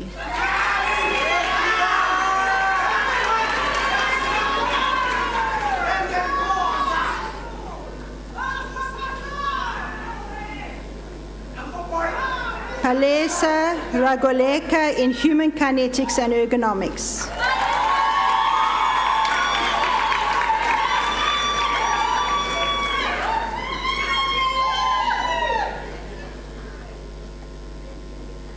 Lindile Ramba in chemistry.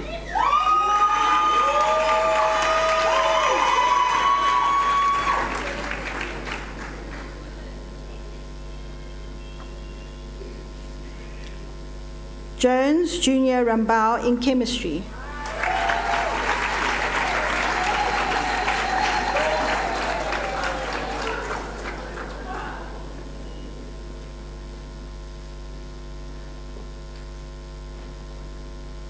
Danielle Sali in computer science with distinction.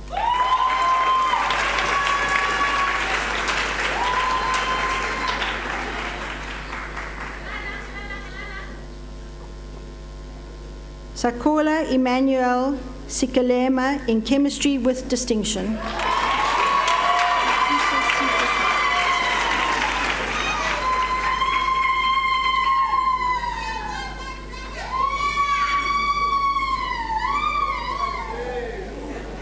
Nikisha Sweepasad in chemistry.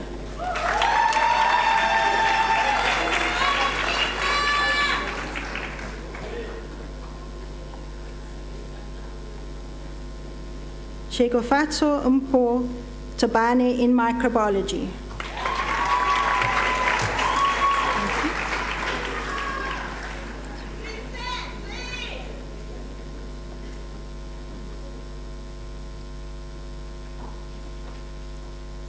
Bimbainashi Tambuze in geology.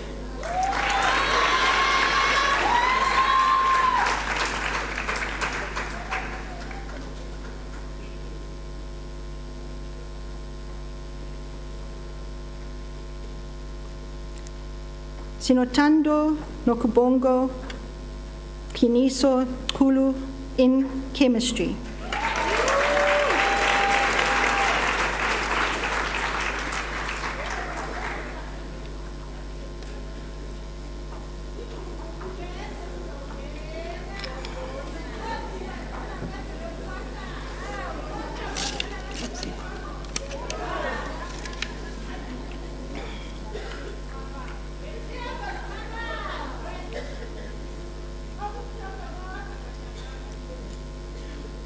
Mr. Chancellor, I have the honor to request you to confer the degree of Doctor of Philosophy on the following candidates.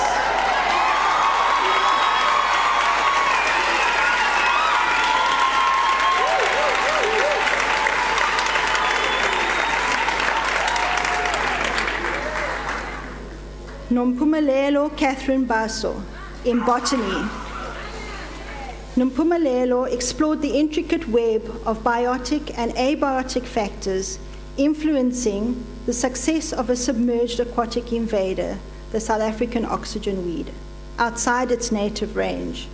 The results emphasize the potential impacts of climate change on the invasion potential and management strategies for this weed, particularly in New Zealand.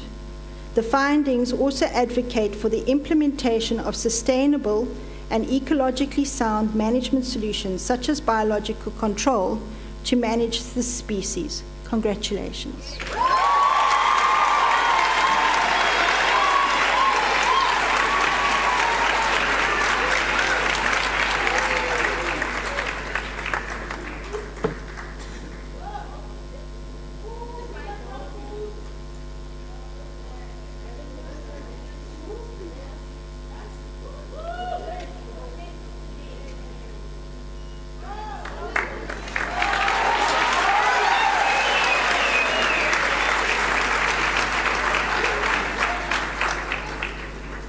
Ernest Frederick Ludwig de Beer in entomology.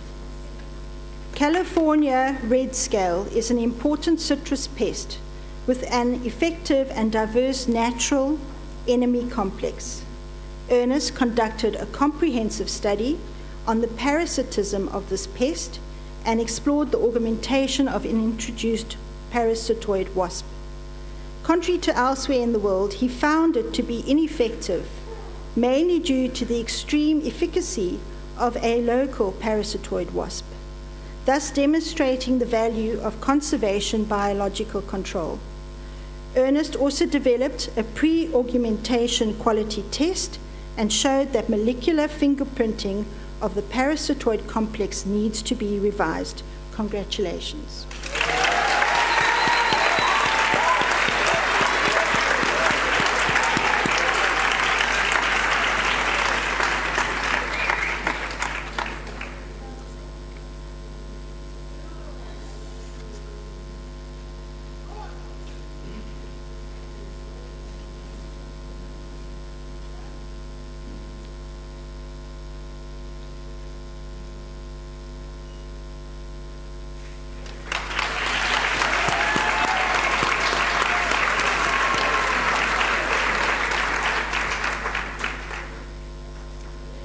Alexa Madeleine Angeli Defad in zoology. Photosynthetic shell-boring microscopic parasites colonize mussel shells worldwide. Alexa assessed the ecological impacts of the microparasites on the shells of the native brown mussel along the South African coast. The parasites increased the whitening of mussel shells, thus reducing body temperatures and increasing their survival rate under extremely stressful environmental conditions. The degree of infestation determined the number of invertebrates and/or algae recorded on their shells. The study provides insights into the potential impacts of global climate change on rocky shore ecosystems. Congratulations.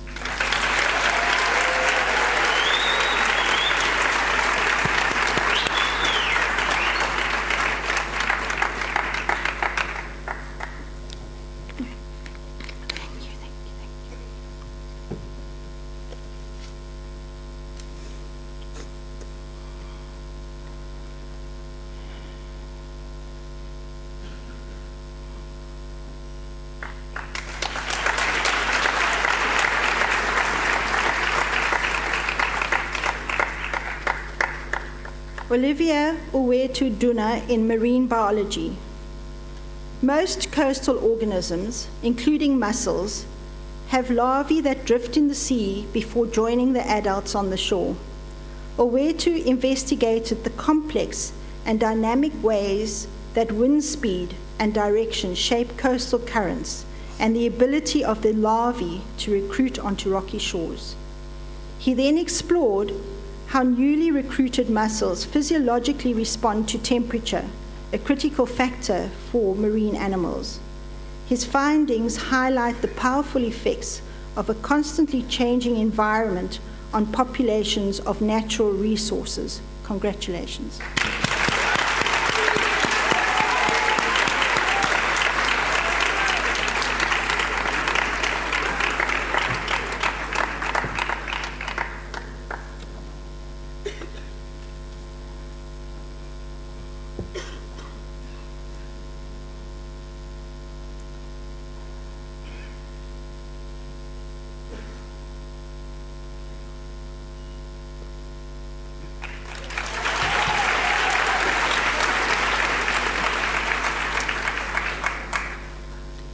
Buchle Francis in environmental science.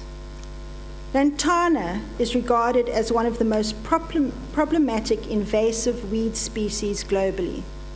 Buchle undertook an interdisciplinary study of its effects on plant species, soils, and livelihoods in the Zambezi Transfrontier Conservation Area in Zimbabwe.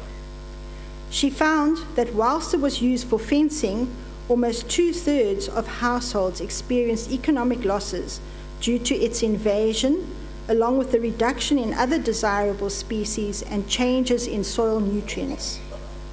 Nevertheless, there was a policy vacuum at national and subnational levels around the control of this weed. Congratulations.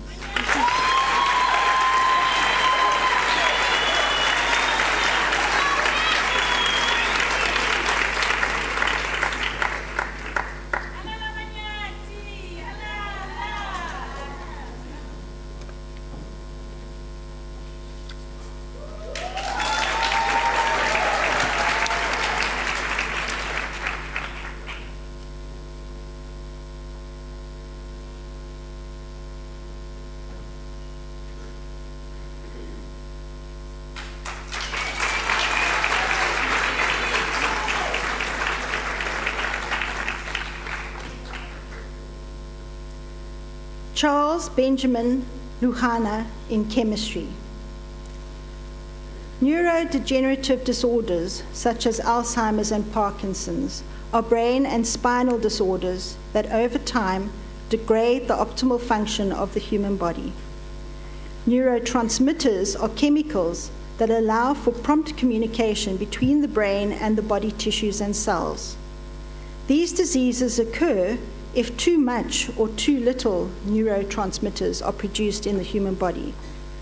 Charles developed electrochemical sensors based on composite materials to selectively and simultaneously detect and quantify individual neurotransmitters in body fluids, thus paving the way for diagnosing neurodegenerative disorders. Congratulations.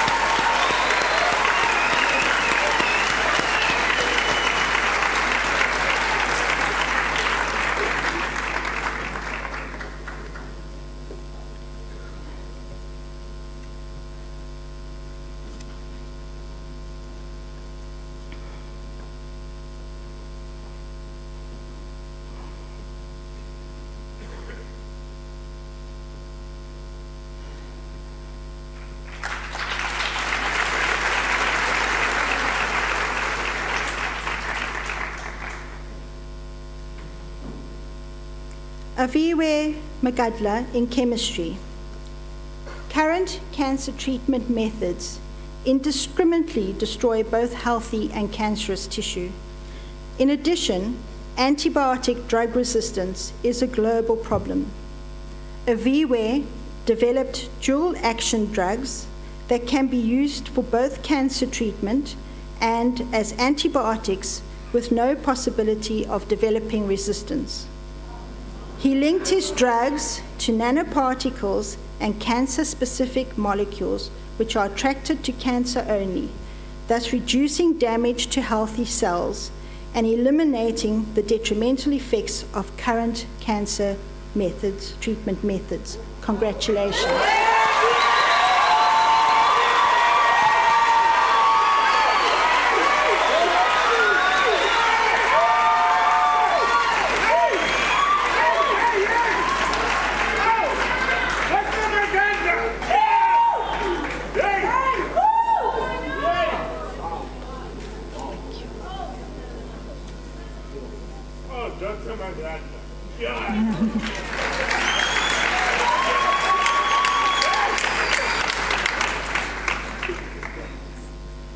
Zuko Malasela in applied mathematics. Preferences in choosing one of many alternatives in propositions with vague descriptions, such as Judy belongs to a set of tall women, involve fuzzy logic and truth values in a continuum of numbers from 0, which is false, almost false 0.1, somewhat true 0.5, to 1 true, as opposed to two-valued crisp logic, which uses true 1 or false 0. Zuko thoroughly studied a finite set of numbers, 0, 1, called a key chain, and applied its properties to preferences in specific decision-making problems in economics, voting, management, and other fields. Congratulations.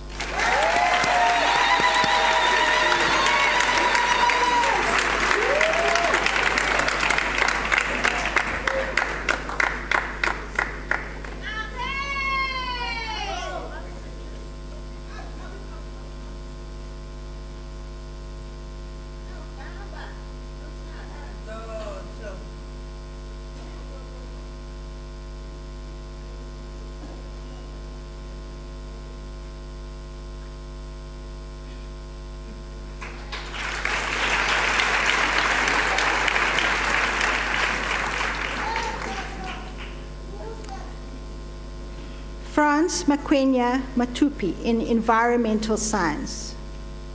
Although absent from supermarket shelves, wild edible plants are culturally important food source for alleviating malnutrition and micronutrient deficiencies.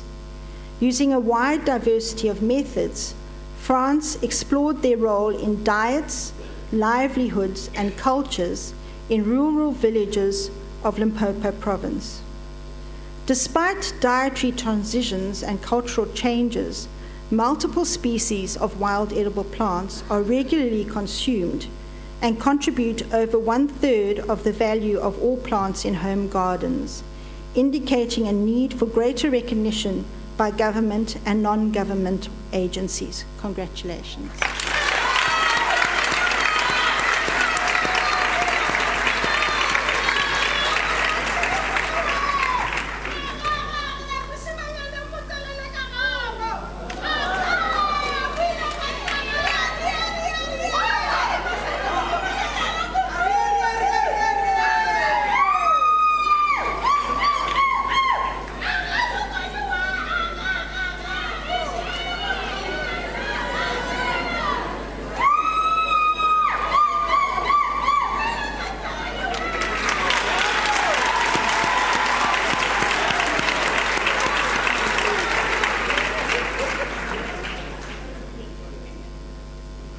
Chipo Perseverance Mugengi in zoology. Temporary pans are important wetland types in semi-arid and arid regions, and ideal model systems, as many permanent freshwater bodies are projected to become ephemeral. Chipo, using a combination of field and laboratory studies, highlighted how key threats to temporary wetlands shape community structure in these environments, with implications for broader ecosystem services provision. Her study has contributed significantly to our understanding of how anthropogenic impacts, and particularly freshwater salination, is likely to impact on primary and secondary productivity dynamics. Congratulations.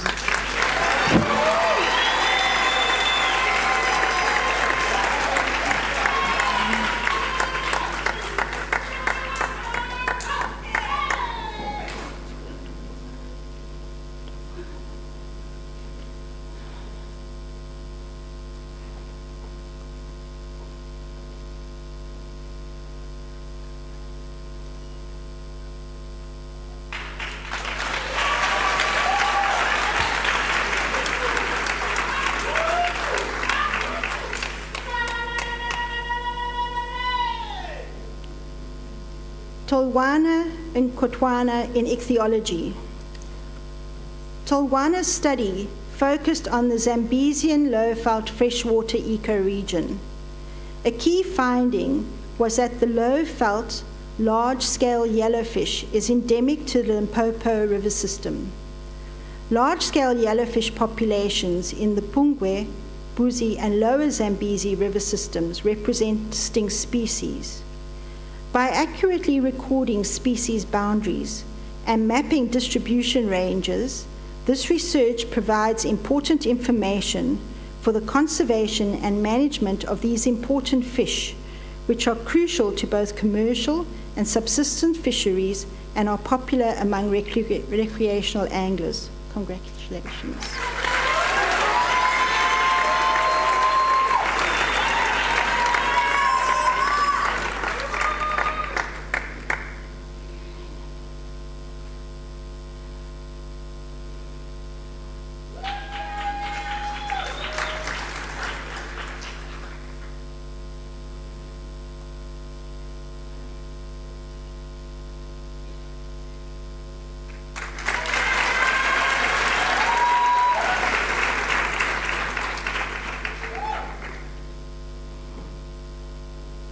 Samantha Angelique Natasha Arcase in fishery science. Marine protected areas are effective for conserving biodiversity along the east coast of South Africa. However, there is limited evidence on whether they offer benefits beyond their borders. Focusing on the slinger, an endemic fish species important to the commercial line fishery in KwaZulu-Natal, Samantha used a genetic approach to assess the connectivity of the slinger between marine protected areas and surrounding areas along the east coast. Different areas were highly connected, highlighting the importance of these marine protected areas to protecting slinger and other fish stocks. Congratulations.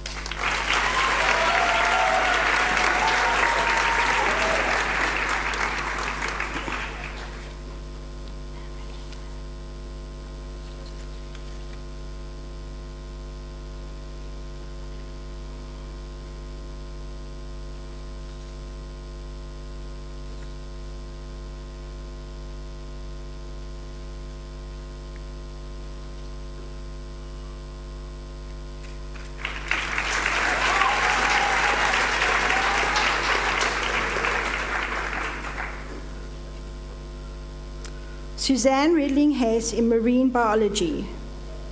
Marine animals living on rocky shores, the sea-land interface, confront daily and climate-related challenges. Using state-of-the-art multidisciplinary techniques, Suzanne investigated the Cape sea urchin's morphology, genes, and gut bacteria to understand possible adaptations to diverse and varying environmental conditions along the South African coastline.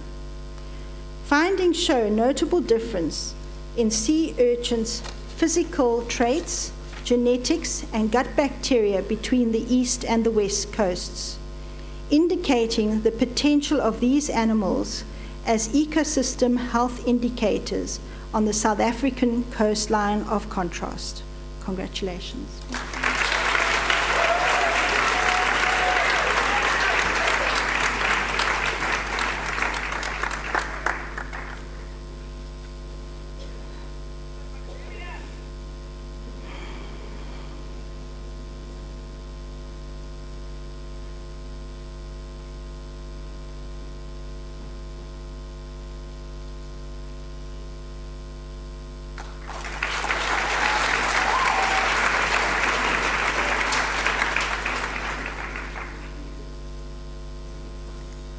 Martinus Johannes Skeepers in ichthyology. Martinus studied the diversity and distribution of small freshwater fish, the minnows, across Africa. Previous attempts to unravel the diversity within minnows have been hindered by the considerable morphological similarities among species. Through the integration of genetic data and detailed morphological examination, Martinus identified several new species that await formal taxonomic description.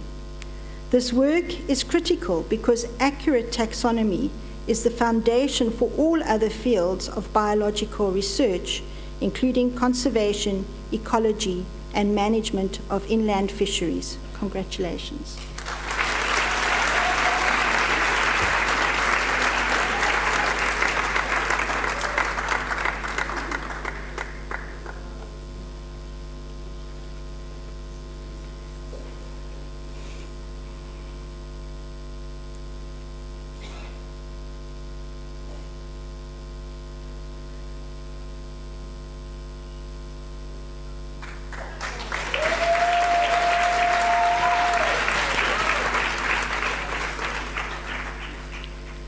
Roland Tunui in biochemistry. Tuberculosis is the leading cause of death from infectious disease worldwide. Long-term medication and drug resistance limit successful treatment, and new therapies are desperately needed. Ronald characterized an important class of proteins needed for the growth of the tuberculosis bacterium. Using bioinformatics and biochemistry approaches, he showed how these proteins promote virulence of the bacteria and how they allow resistance to the drug rifampicin to develop. He also identified strategies to selectively target these proteins for the development of new, more effective anti-tuberculosis drugs in future. Congratulations.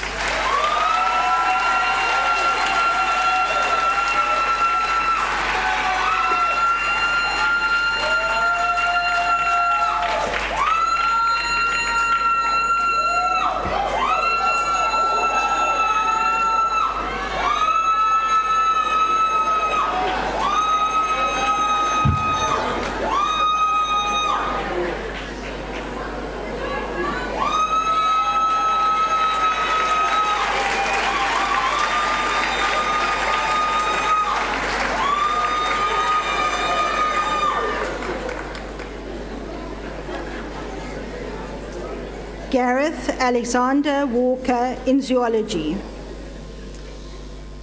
Gareth's thesis delved into the intricate dynamics of herbivore communities in the northern Pafuri region of the Kruger National Park, South Africa. By integrating field surveys, analytical techniques, and geospatial data, he demonstrated a complex interplay between bottom-up, like forage quality, quantity, and water availability, and top-down factors such as predation and human activities on herbivores' spatial occupancy and behavior. Gareth's findings underscore the species-specific responses to ecological trade-offs, shedding light on the vital role of humans in shaping wildlife ecosystems. Congratulations.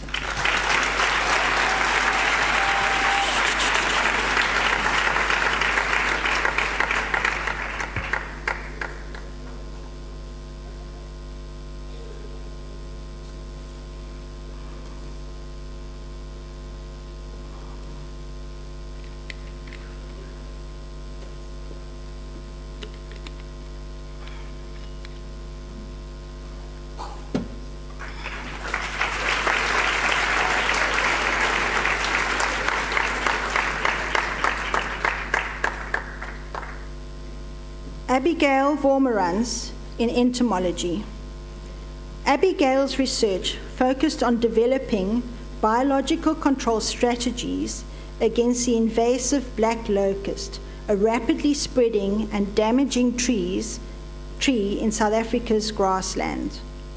Using innovative methods such as species distribution modeling and phylogenetic studies of associated insects and closely related plants, she narrowed down a comprehensive list of potential agents to a manageable selection.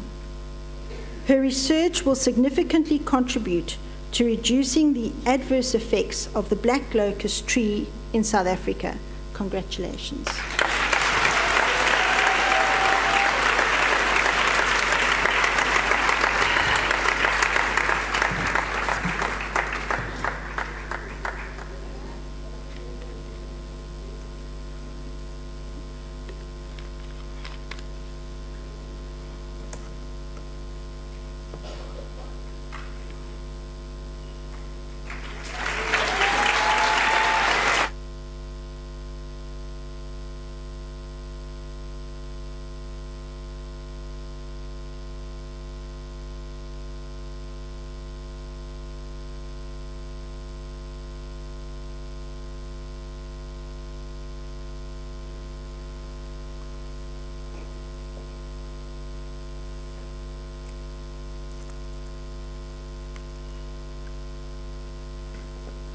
Mr. Chancellor, I have the honor of presenting to you Dr. Jessica Coburn for the Vice-Chancellor's Distinguished Award for Community Engagement.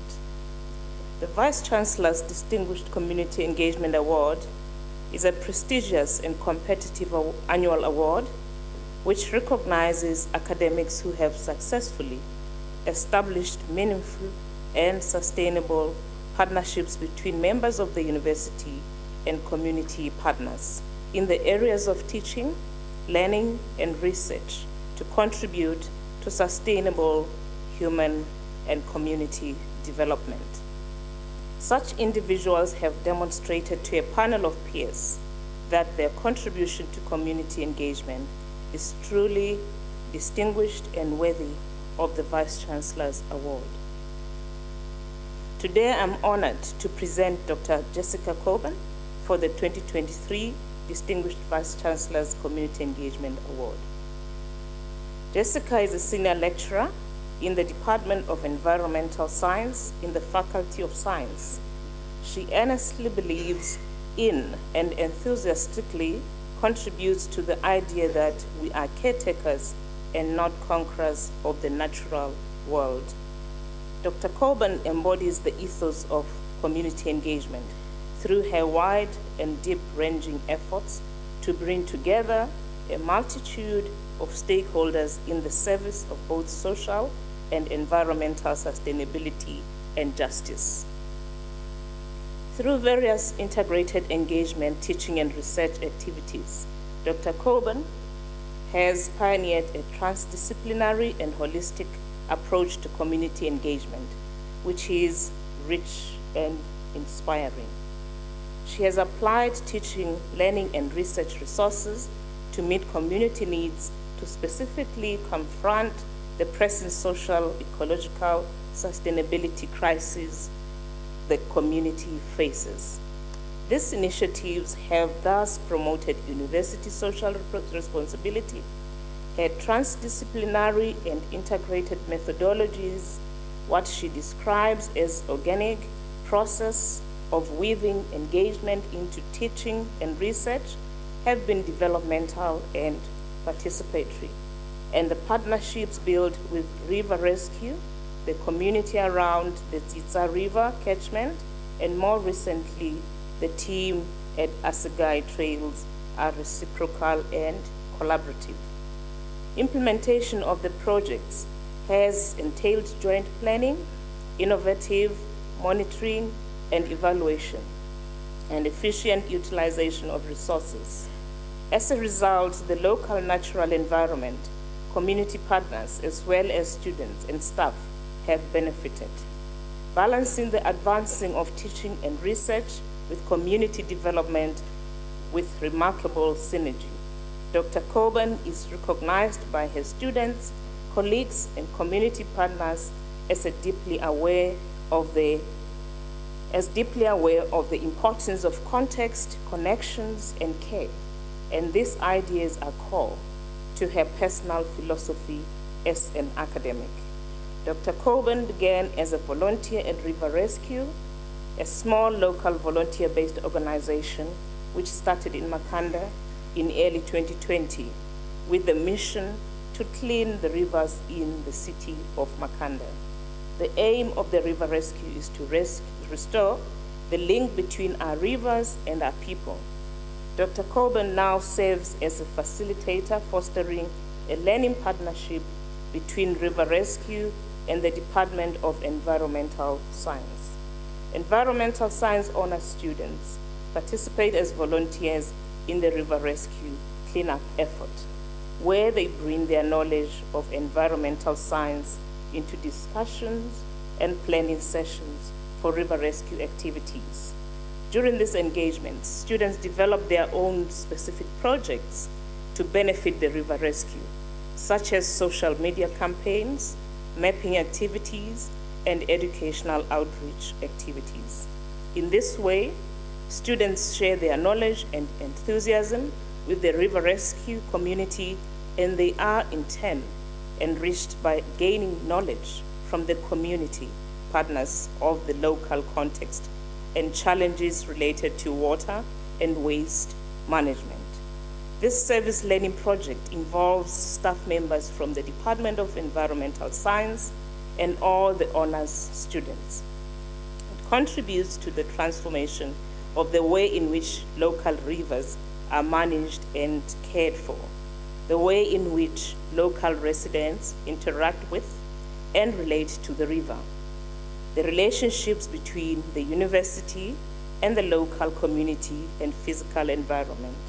Students at the personal level in terms of personal growth and skills and knowledge beyond what they get in formal classroom setting. Reflective practice is embedded as a key aspect of the course. Students reflect with facilitators in regular meetings and in regular reflection reports, which they submit for assessment. The project includes reflective meetings with river rescue team members and rich collaborative discussions with community members. In these discussions and reflections, community partners showcase the value of other forms of knowledge beyond the academic in addressing sustainability issues, something which is core to the environmental science curriculum, but can be difficult for students to grasp in a world where science is still treated as a far superior form of knowledge.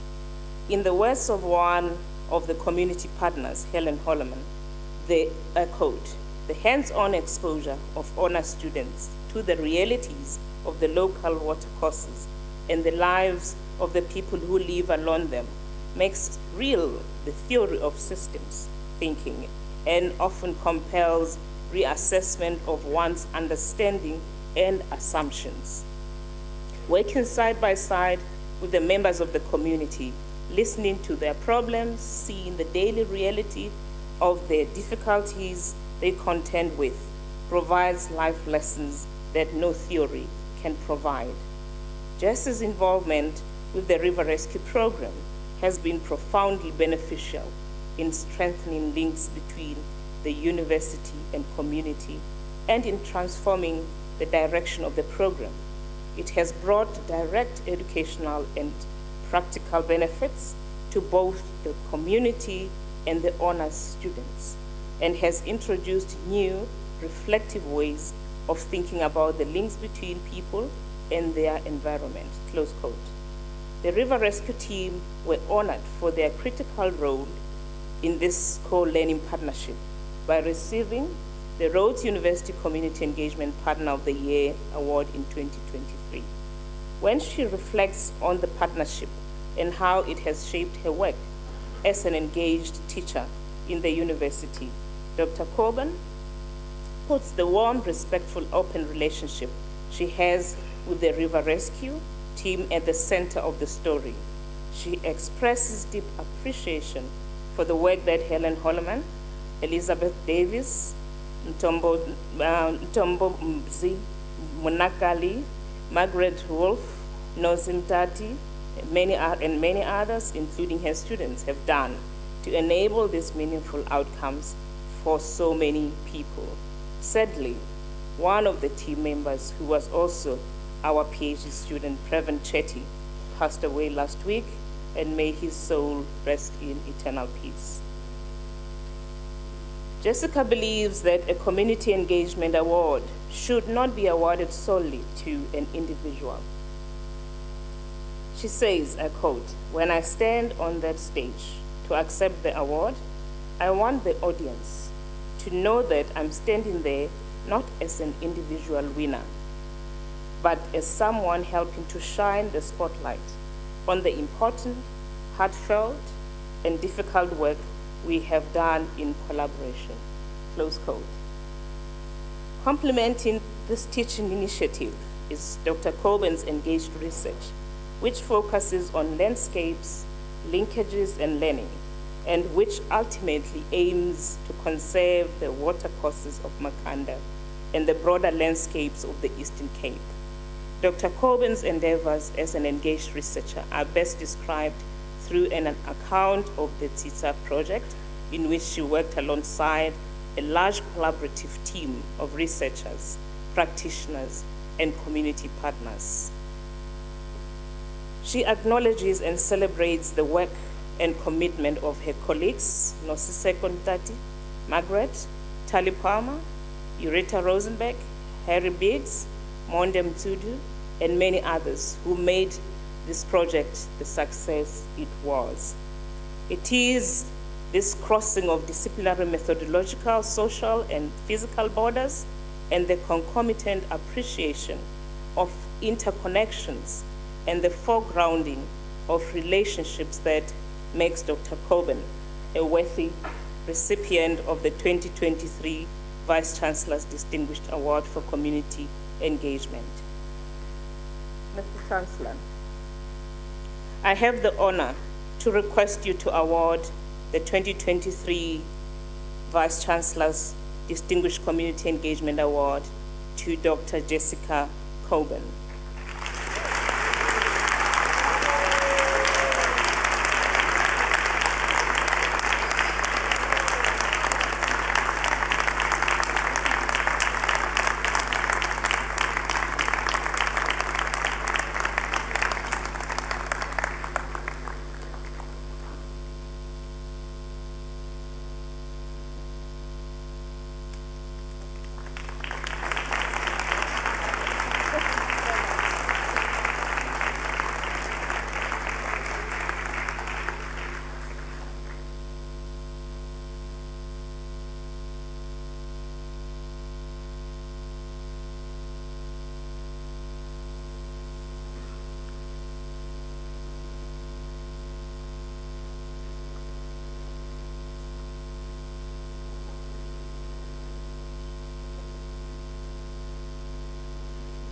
Mr. Chancellor, I have the honor of presenting to you Professor Julie Coetzee for the Vice-Chancellor's Distinguished Senior Research Award for 2023. The Vice-Chancellor's Distinguished Senior Research Award is made annually to a staff member of Rhodes University to recognize their indisputable academic status, engagement in research, and general scholarly activity. Today, I am pleased to present Professor Julie Coetzee for the 2023 award in recognition of the depth, the impact, and sustained record of her scholarship. Professor Coetzee obtained her PhD in entomology from the University of Witwatersrand in 2004 and has been in the employ of Rhodes University for the past 15 years. She is currently the Deputy Director of one of our institution's flagship research entities, the Center for Biological Control. She is one of our country's most prominent and respected entomologists, having been the President of the Entomological Society of Southern Africa between 2021 and 2023. Her academic standing is evidenced by external supervision roles at various South African universities and her role as an invited reviewer for more than 20 journals of national and international repute. Professor Coetzee's research focuses on understanding the interactions between freshwater aquatic plants and insects and applying this knowledge to develop sustainable management strategies for invasive species in aquatic ecosystems. In nominating Professor Coetzee for this award, Professor Ian Patterson describes the direct and tangible benefits of Prof. Coetzee's work to society in South Africa. He highlights that the work reduces the negative impacts of invasive alien plants, which result in the protection of ecosystems and the biodiversity that they hold, and allows the ecosystems to provide the essential services such as provisioning of clean water, buffering of diseases, and nutrient cycling to South Africa's people. Professor Coetzee's work has also resulted in a reduction in the use of harmful pesticides that damage ecosystems and have negative health implications for people. Evidence of the direct and relevant impact that her work has for the people of South Africa can be found in the over 20 news articles about her research over the last 3 years alone, and her interviews on national television and radio stations. The positive press attention has been very beneficial to our university, showing the country that we have researchers of the highest quality who are working for the betterment of society. Professor Coetzee's research has thus far resulted in over 100 academic papers in peer-reviewed journals. She has also inspired the younger generation of scientists, particularly women scientists, having supervised to completion 10 PhD students, and 24 master's students. Many academics of Prof. Kutse's stature build large research groups of postgraduate students, postdoctoral fellows, and research fellows. This work requires inordinate amounts of time, writing research funding proposals to multiple agencies and potential industry partners. Building an impactful research career requires time, financial resources, networks, infrastructure, and strategic partnerships. In this regard, Professor Kutse has generated more than 70 million rands in funding for her research and support of the next generation of researchers at Rhodes University in the last 15 years. In recognition of her contributions to the field, Professor Kutse has been awarded the prestigious DSI, which is Department of Science and Innovation, NRF Saatchi Tier 1 Research Chair in Biological Control and Freshwater Alien Invasive Species Management. This research chair is co-hosted by the South African Institute for Aquatic Biodiversity, SIAB, and Rhodes University. Her innovative research and dedication to preserving aquatic systems make her a leader in her field. Mr. Chancellor, I request that you award the Vice-Chancellor's Distinguished Senior Researcher Award for 2023 to Professor Kutse.